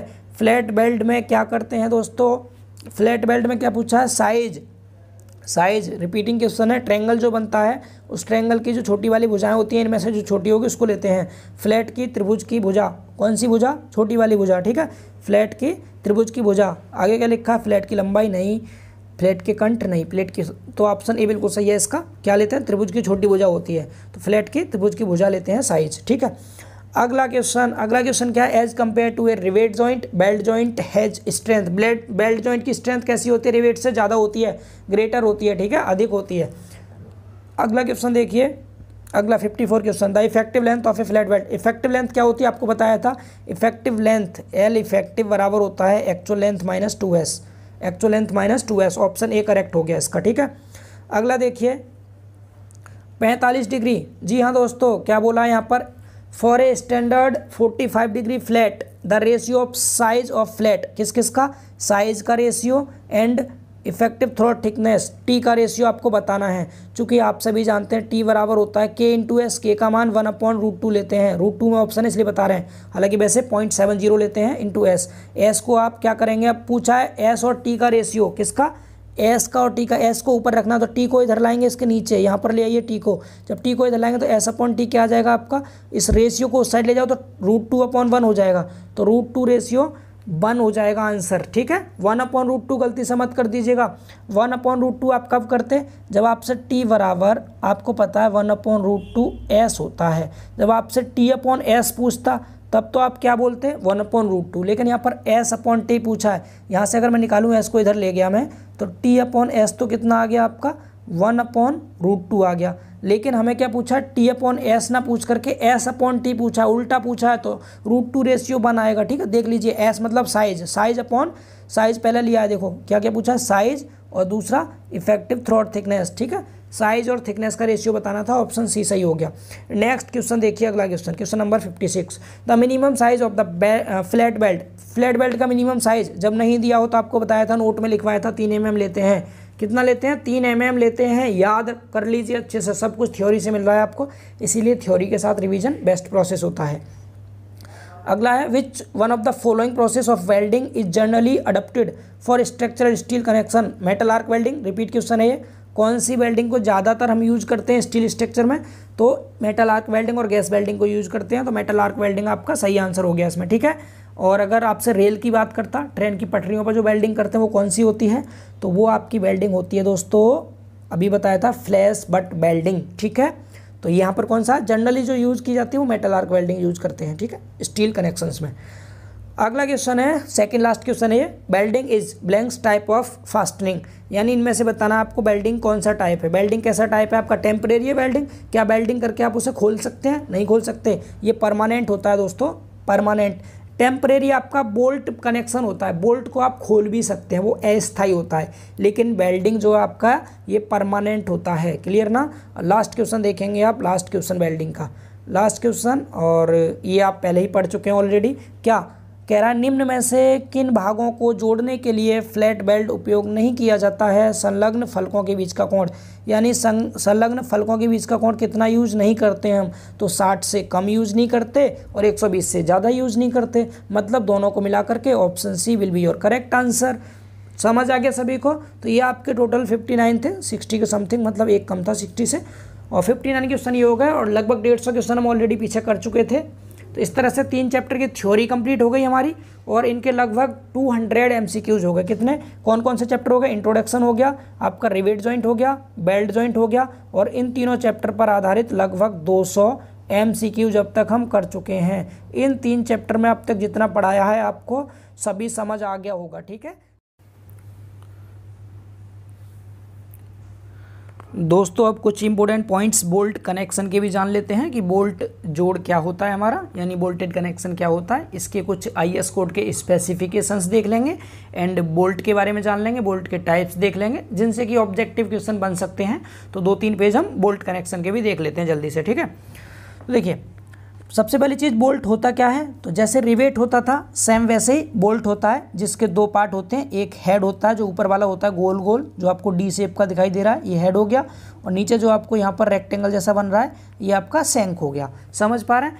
एंड रिवेट में और बोल्ट में कितना डिफरेंस हो जाएगा, तो रिवेट में जो इसका शंक होता था ये बिल्कुल प्लेन होता था, बट बोल्ट में क्या होता है, इसके शंक पर थ्रेड्स कटे होते हैं, यानी चूड़ियाँ कटी होती हैं, जो आपको यहाँ दिखाई दे रही हैं इतनी पोर्शन में। यहाँ पर क्या है, थ्रेड्स कटे होते हैं, यानी कि चूड़ियाँ कटी होती हैं बोल्ट में। इतना समझ आ रहा है। तो बोल्ट क्या होता है, बोल्ट भी एक गोल कील होती है जिसका ऊपरी सिरा हेड कहलाता है, नीचे वाला सिरा शंक कहलाता है। और बोल्ट के शंक पर थ्रेड्स कटे होते हैं, ठीक है, चूड़ियाँ कटी होती हैं। यहाँ तक समझ आ रहा है। एंड इसके नीचे जो पॉइंट लिखा है दोस्तों, ये वेरी इंपॉर्टेंट पॉइंट है, इसको याद रखिएगा कि जो आपका बोल्ट कनेक्शन होता है वो एक टेम्परेरी कनेक्शन है, यानी अस्थायी जोड़ है। मैंने आपको बताया भी था ऊपर क्या, कि जो आपका रिवेट जॉइंट होता है एंड बेल्ट जॉइंट होता है, ये दोनों परमानेंट होते हैं, यानी हम रिवेट को भी नहीं खोल सकते। और अगर आपने किसी प्लेट्स को आपस में बेल्डिंग द्वारा जोड़ा है तो उस बेल्डिंग को भी हम अलग नहीं कर सकते, यानी वे तो आपके परमानेंट थे। मगर हम बोल्ट को खोल सकते हैं इजीली, नट की हेल्प से उसको खोला भी जा सकता है एंड फिर से जोड़ा जा सकता है बोल्ट के द्वारा। तो बोल्ट कैसा हो गया, टेम्परेरी हो गया, यानी बोल्ट कनेक्शन आपका कैसा है, टेम्परेरी कनेक्शन होता है। याद रखिएगा, पूछ सकता है ऑब्जेक्टिव में। क्लियर। अब आगे बात करते हैं, बोल्ट के बारे में हम जान चुके हैं। अब बात करते हैं टाइप्स ऑफ बोल्ट की, यानी बोल्ट कितने टाइप के होते हैं। तो मेनली दोस्तों बोल्ट जो होते हैं हमारे 3 टाइप के यूज किए जाते हैं। सबसे पहला बोल्ट होता है अनफिनिश्ड या फिर ब्लैक बोल्ट, यानी काला बोल्ट या फिर अनफिनिश्ड, जिसको फिनिश नहीं किया गया हो। दूसरा टाइप होता है हमारा फिनिश्ड बोल्ट, यानी फिनिश बोल्ट हो गया। तीसरा होता है HSFG बोल्ट। HSFG का मतलब क्या है, हाई स्ट्रेंथ फ्रिक्शन ग्रिप, यानी कि इसकी जो हाई स्ट्रेंथ होती है वो फ्रिक्शन ग्रिप की हेल्प से होती है, इसलिए हम कहते हैं HSFG बोल्ट। समझ आ रहा है। तो 3 टाइप हो गए हमारे बोल्ट के। अब एक एक करके तीनों के बारे में जान लेते हैं, कुछ इंपॉर्टेंट पॉइंट्स क्या क्या हैं। तो मैं स्टार्टिंग में आपको बता दूं, देखो जिस तरह से हमने रिवेट के बारे में पढ़ा था, 3 टाइप के हम रिवेटिंग की थी हमने। एक तो बाई हैंड की थी, एक हमने की थी मशीन के द्वारा यानी पावर ड्राइवन की थी, बट फील्ड में फिर शॉप में उनकी स्ट्रेंथ देखी थी। तो हैंड वाले की स्ट्रेंथ कम थी and power driven field rivet की उससे थोड़ी ज़्यादा थी और सॉफ्ट ड्राइवन की सबसे अधिक स्ट्रेंथ थी। उसी प्रकार से इन 3 टाइप के जो बोल्ट हैं, इनमें जो आपके अनफिनिश्ड बोल्ट होते हैं इनकी स्ट्रेंथ कम होती है एंड फिनिश्ड बोल्ट की थोड़ी सी ज़्यादा होती है। एंड जो आपके HSFG बोल्ट होते हैं यानी high strength friction grip bolt होते हैं, इनकी स्ट्रेंथ बहुत ज़्यादा होती है। ठीक है, 3 पॉइंट तो आपको ये हो गए बिल्कुल बेसिक से। अब इनके बारे में एक एक करके डिटेल में पॉइंट डिस्कस कर लेते हैं। जैसे कि सबसे पहला जो टाइप है हमारा अनफिनिश्ड या फिर ब्लैक बोल्ट, इसके बारे में जानते हैं। तो ये जो अनफिनिश्ड बोल्ट होते हैं दोस्तों, ये बने होते हैं माइल्ड स्टील के। किसके? माइल्ड स्टील के बने होते हैं एंड इनका जो शैंक होता है वो अनफिनिश्ड होता है। अनफिनिश्ड से मतलब क्या है, जैसे ये आपका बोल्ट है कोई डायग्राम में, ये मैंने आपका बोल्ट बना रखा है यहाँ पर। अब इस बोल्ट में जो नीचे वाला आपको ये शैंक जो दिखाई दे रहा है दोस्तों, ये शैंक, इस पर जो थ्रेड्स आपके ये वाले कटे होते थे, ये थ्रेड्स अनफिनिश्ड होंगे, मतलब बहुत अच्छे से इनकी थ्रेड्स को फिनिशिंग नहीं की जाती है, इसीलिए इनको हम अनफिनिश्ड बोल्ट कहते हैं। यानी कि इनका शैंक जो होता है फिनिश्ड नहीं होता है पूरी तरह से, तो इनकी स्ट्रेंथ भी कम होगी एंड अगर हम इनको यूज करेंगे तो लाइट स्ट्रक्चर में यूज करेंगे, यानी बहुत हल्के स्ट्रक्चर में यूज करेंगे, जो हैवी स्ट्रक्चर नहीं होगा वहाँ पर यूज करेंगे इनका।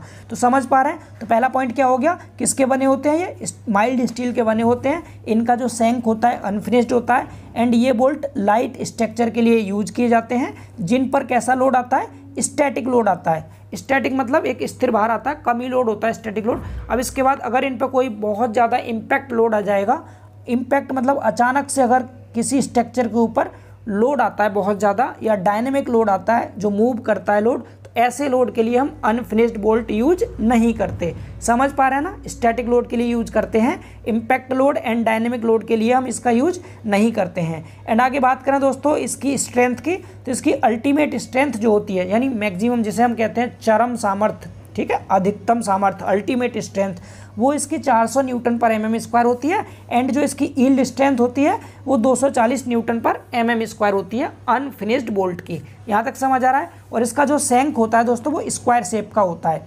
जबकि जो आपके फिनिश्ड बोल्ट होते हैं उनका शैंक आपको सर्कुलर शेप का दिखाई देगा। यानी इसका तो कैसा होता है शैंक, इसका ऐसा रेक्टेंगल जैसा होगा इस तरह का, यानी स्क्वायर शेप में, ठीक है, वर्गाकार होता है। जबकि जो आपके फिनिश्ड बोल्ट होते हैं दोस्तों उनका जो शैंक होता है वो कैसा होता है सर्कुलर, गोल होता है इस तरह से, सर्कल जैसा। समझ आ रहा है ना फिनिश्ड बोल्ट का। और अनफिनिश्ड का कैसा होगा, स्क्वायर शेप का होगा। तो ये हो गया अनफिनिश्ड बोल्ट के बारे में। अब थोड़ा सा फिनिश्ड बोल्ट के पॉइंट देख लो कुछ मेन। तो जो आपके अनफिनिश्ड बोल्ट के पॉइंट थे उन्हीं को जस्ट उल्टा कर दीजिएगा। उल्टा से मतलब क्या है, बने दोनों ही सेम होते हैं। जैसे अनफिनिश्ड बोल्ट आपका माइल्ड स्टील का बना था, वैसे ही फिनिश्ड बोल्ट भी माइल्ड स्टील का ही बना होता है, ठीक है। एंड इसका शैंक, जो आपका अनफिनिश्ड बोल्ट था उसका शैंक कैसा था, स्क्वायर शेप का था। कैसा था, स्क्वायर। लेकिन फिनिश्ड बोल्ट का जो शैंक होता है वो सर्कुलर शेप का होता है, ठीक है ना, वृत्ताकार शेप का होता है। बात करें दोस्तों स्ट्रेंथ की, तो अनफिनिश्ड बोल्ट की जो स्ट्रेंथ थी वो कम थी और इस बोल्ट की बियरिंग स्ट्रेंथ हाई होती है, अधिक होती है अनफिनिश्ड की अपेक्षा। समझ पा रहे हैं। एंड अनफिनिश्ड जो बोल्ट थे उस पर केवल स्टैटिक लोड आता था, डायनेमिक लोड और इम्पैक्ट लोड के लिए हम अनफिनिश्ड बोल्ट को यूज नहीं करते थे। तो उस केस में कौन सा बोल्ट यूज करेंगे, हम फिनिश्ड बोल्ट यूज करेंगे। समझ पा रहे हैं। तो फिनिश्ड बोल्ट क्या होते हैं, ये बोल्ट आपके dynamic load and impact load के लिए भी यूज किए जाते हैं, जबकि अनफिनिश्ड बोल्ट जो थे वो डायनेमिक लोड और इम्पैक्ट लोड के लिए यूज नहीं किए जाते थे। समझ आ गया। एंड आगे बात करें तीसरे टाइप की, तीसरा क्या था हमारा, HSFG बोल्ट। HSFG की आपसे फुल फॉर्म पूछ सकता तो याद रखिएगा। H मतलब हाई, S मतलब स्ट्रेंथ, F मतलब फ्रिक्शन, G मतलब ग्रिप, यानी high strength friction grip bolt. यानी इनकी जो स्ट्रेंथ होगी दोस्तों वो फ्रिक्शन ग्रिप के द्वारा ही उत्पन्न होगी, इसमें कोई स्ट्रेस काम नहीं करेगा, ठीक है। तो यहाँ पहली चीज़ बात करें बना किसका होता है, तो हमारे फिनिश्ड बोल्ट और अनफिनिश्ड बोल्ट तो हो गए किसके, माइल्ड स्टील के, ठीक है, माइल्ड स्टील के। जबकि जो हमारे HSFG बोल्ट होते हैं ये हमारे मीडियम कार्बन स्टील के बने होते हैं। मीडियम कार्बन स्टील कौन सा स्टील होता है दोस्तों, तो मीडियम कार्बन स्टील हमारा होता है HSD, यानी high yield strength deform steel जो होता है उसका यूज करते हैं हम HSFG बोल्ट में, मीडियम कार्बन स्टील का यूज करते हैं। समझ पा रहे हैं। एंड अब ये चूंकि माइल्ड स्टील से ज़्यादा होता है HSD स्टील की स्ट्रेंथ, तो इसीलिए HSFG बोल्ट जो होते हैं इनकी स्ट्रेंथ भी ज़्यादा होगी, और जिसकी स्ट्रेंथ ज़्यादा होती है उनकी डक्टिलिटी कम होती है।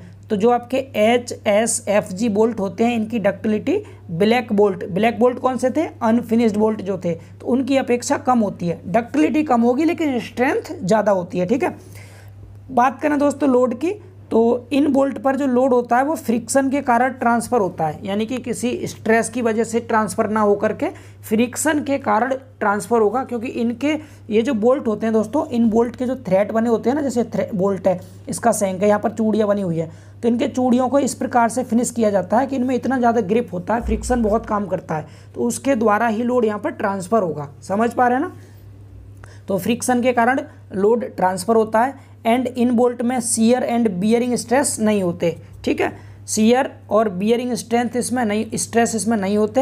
एंड बात करें स्ट्रेंथ की, तो इनकी जो स्ट्रेंथ होती है दोस्तों, इनकी स्ट्रेंथ हाई होने के कारण ये कम संख्या में ही यूज किए जाते हैं। मतलब बहुत ज़्यादा हम बोल्ट यूज नहीं करेंगे क्योंकि इनकी स्ट्रेंथ अधिक होती है, तो हम कम बोल्ट यूज करके ही बहुत अधिक स्ट्रेंथ प्राप्त कर सकते हैं अगर दोस्तों हमने HSFG बोल्ट का यूज किया है तो समझ आ गया आपको। ये तीन टाइप के बोल्ट थे।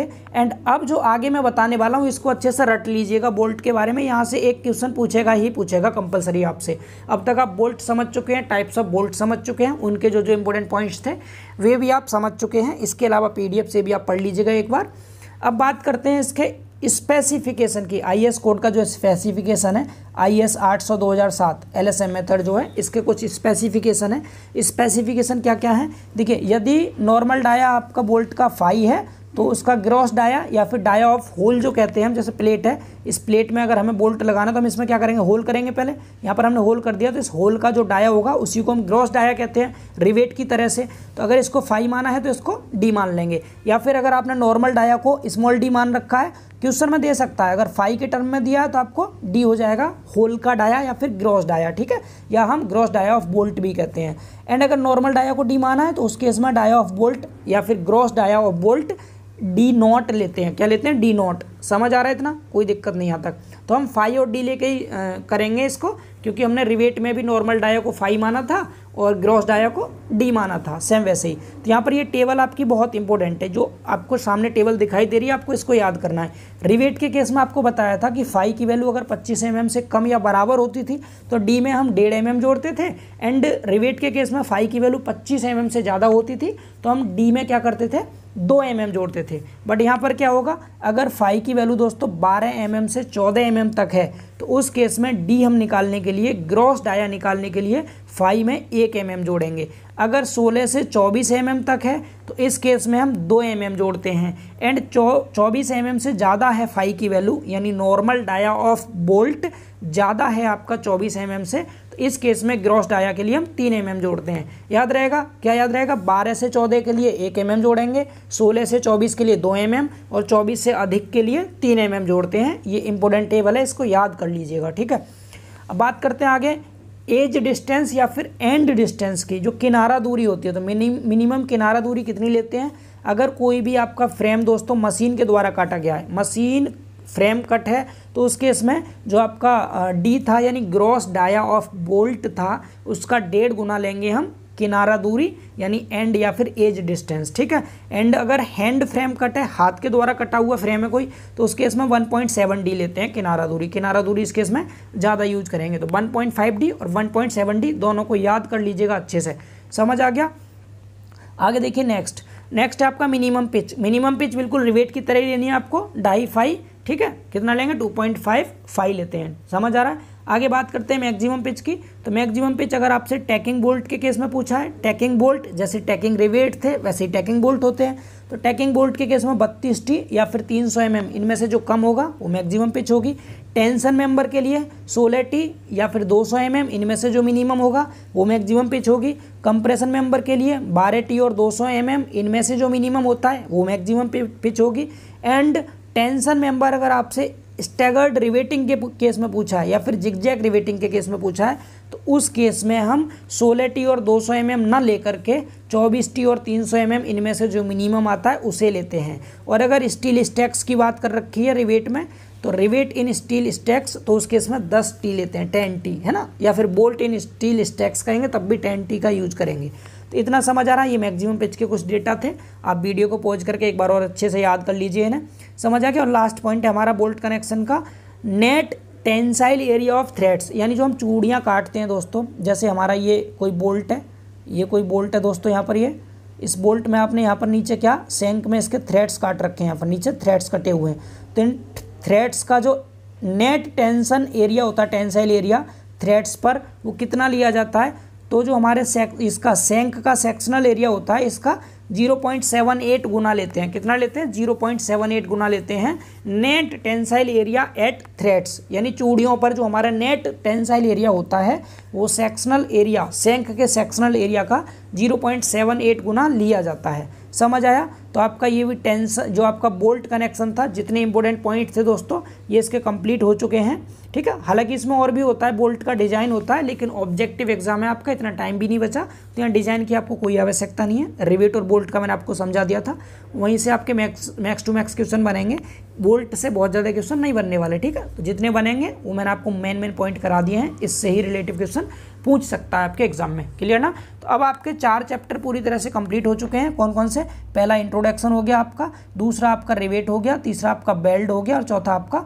बोल्ट कनेक्शन हो चुका है, ठीक है। तो शुरुआत के 4 चैप्टर हम कंप्लीट कर चुके हैं और इन पर आधारित लगभग 200 MCQs भी हमने अब तक कर लिए, कितने, 200 MCQs भी कर लिए। आप इस क्लास को देखिए, तब तक मैं दूसरी क्लास रिकॉर्ड करता हूं और आप कमेंट सेक्शन में ज़रूर लिखेंगे अगर आपकी हेल्प हुई है इस क्लास से। तो अगर आप चैनल पर नए हैं, सब्सक्राइब नहीं किया चैनल को, तो सब्सक्राइब करके चैनल को बेल आइकन जरूर प्रेस कर दें। एंड अगर आपने अभी तक वीडियो को लाइक नहीं किया तो वीडियो को लाइक भी कर दें। और दोस्तों इस क्लास का PDF, इस क्लास का कंप्लीट PDF आपको टेलीग्राम पर मिल जाएगा, GTech पॉली के टेलीग्राम चैनल का लिंक भी आपको डिस्क्रिप्शन में मिल जाएगा। तो मिलते हैं बहुत जल्द अगले पार्ट में, तब तक के लिए बाय बाय, टेक केयर।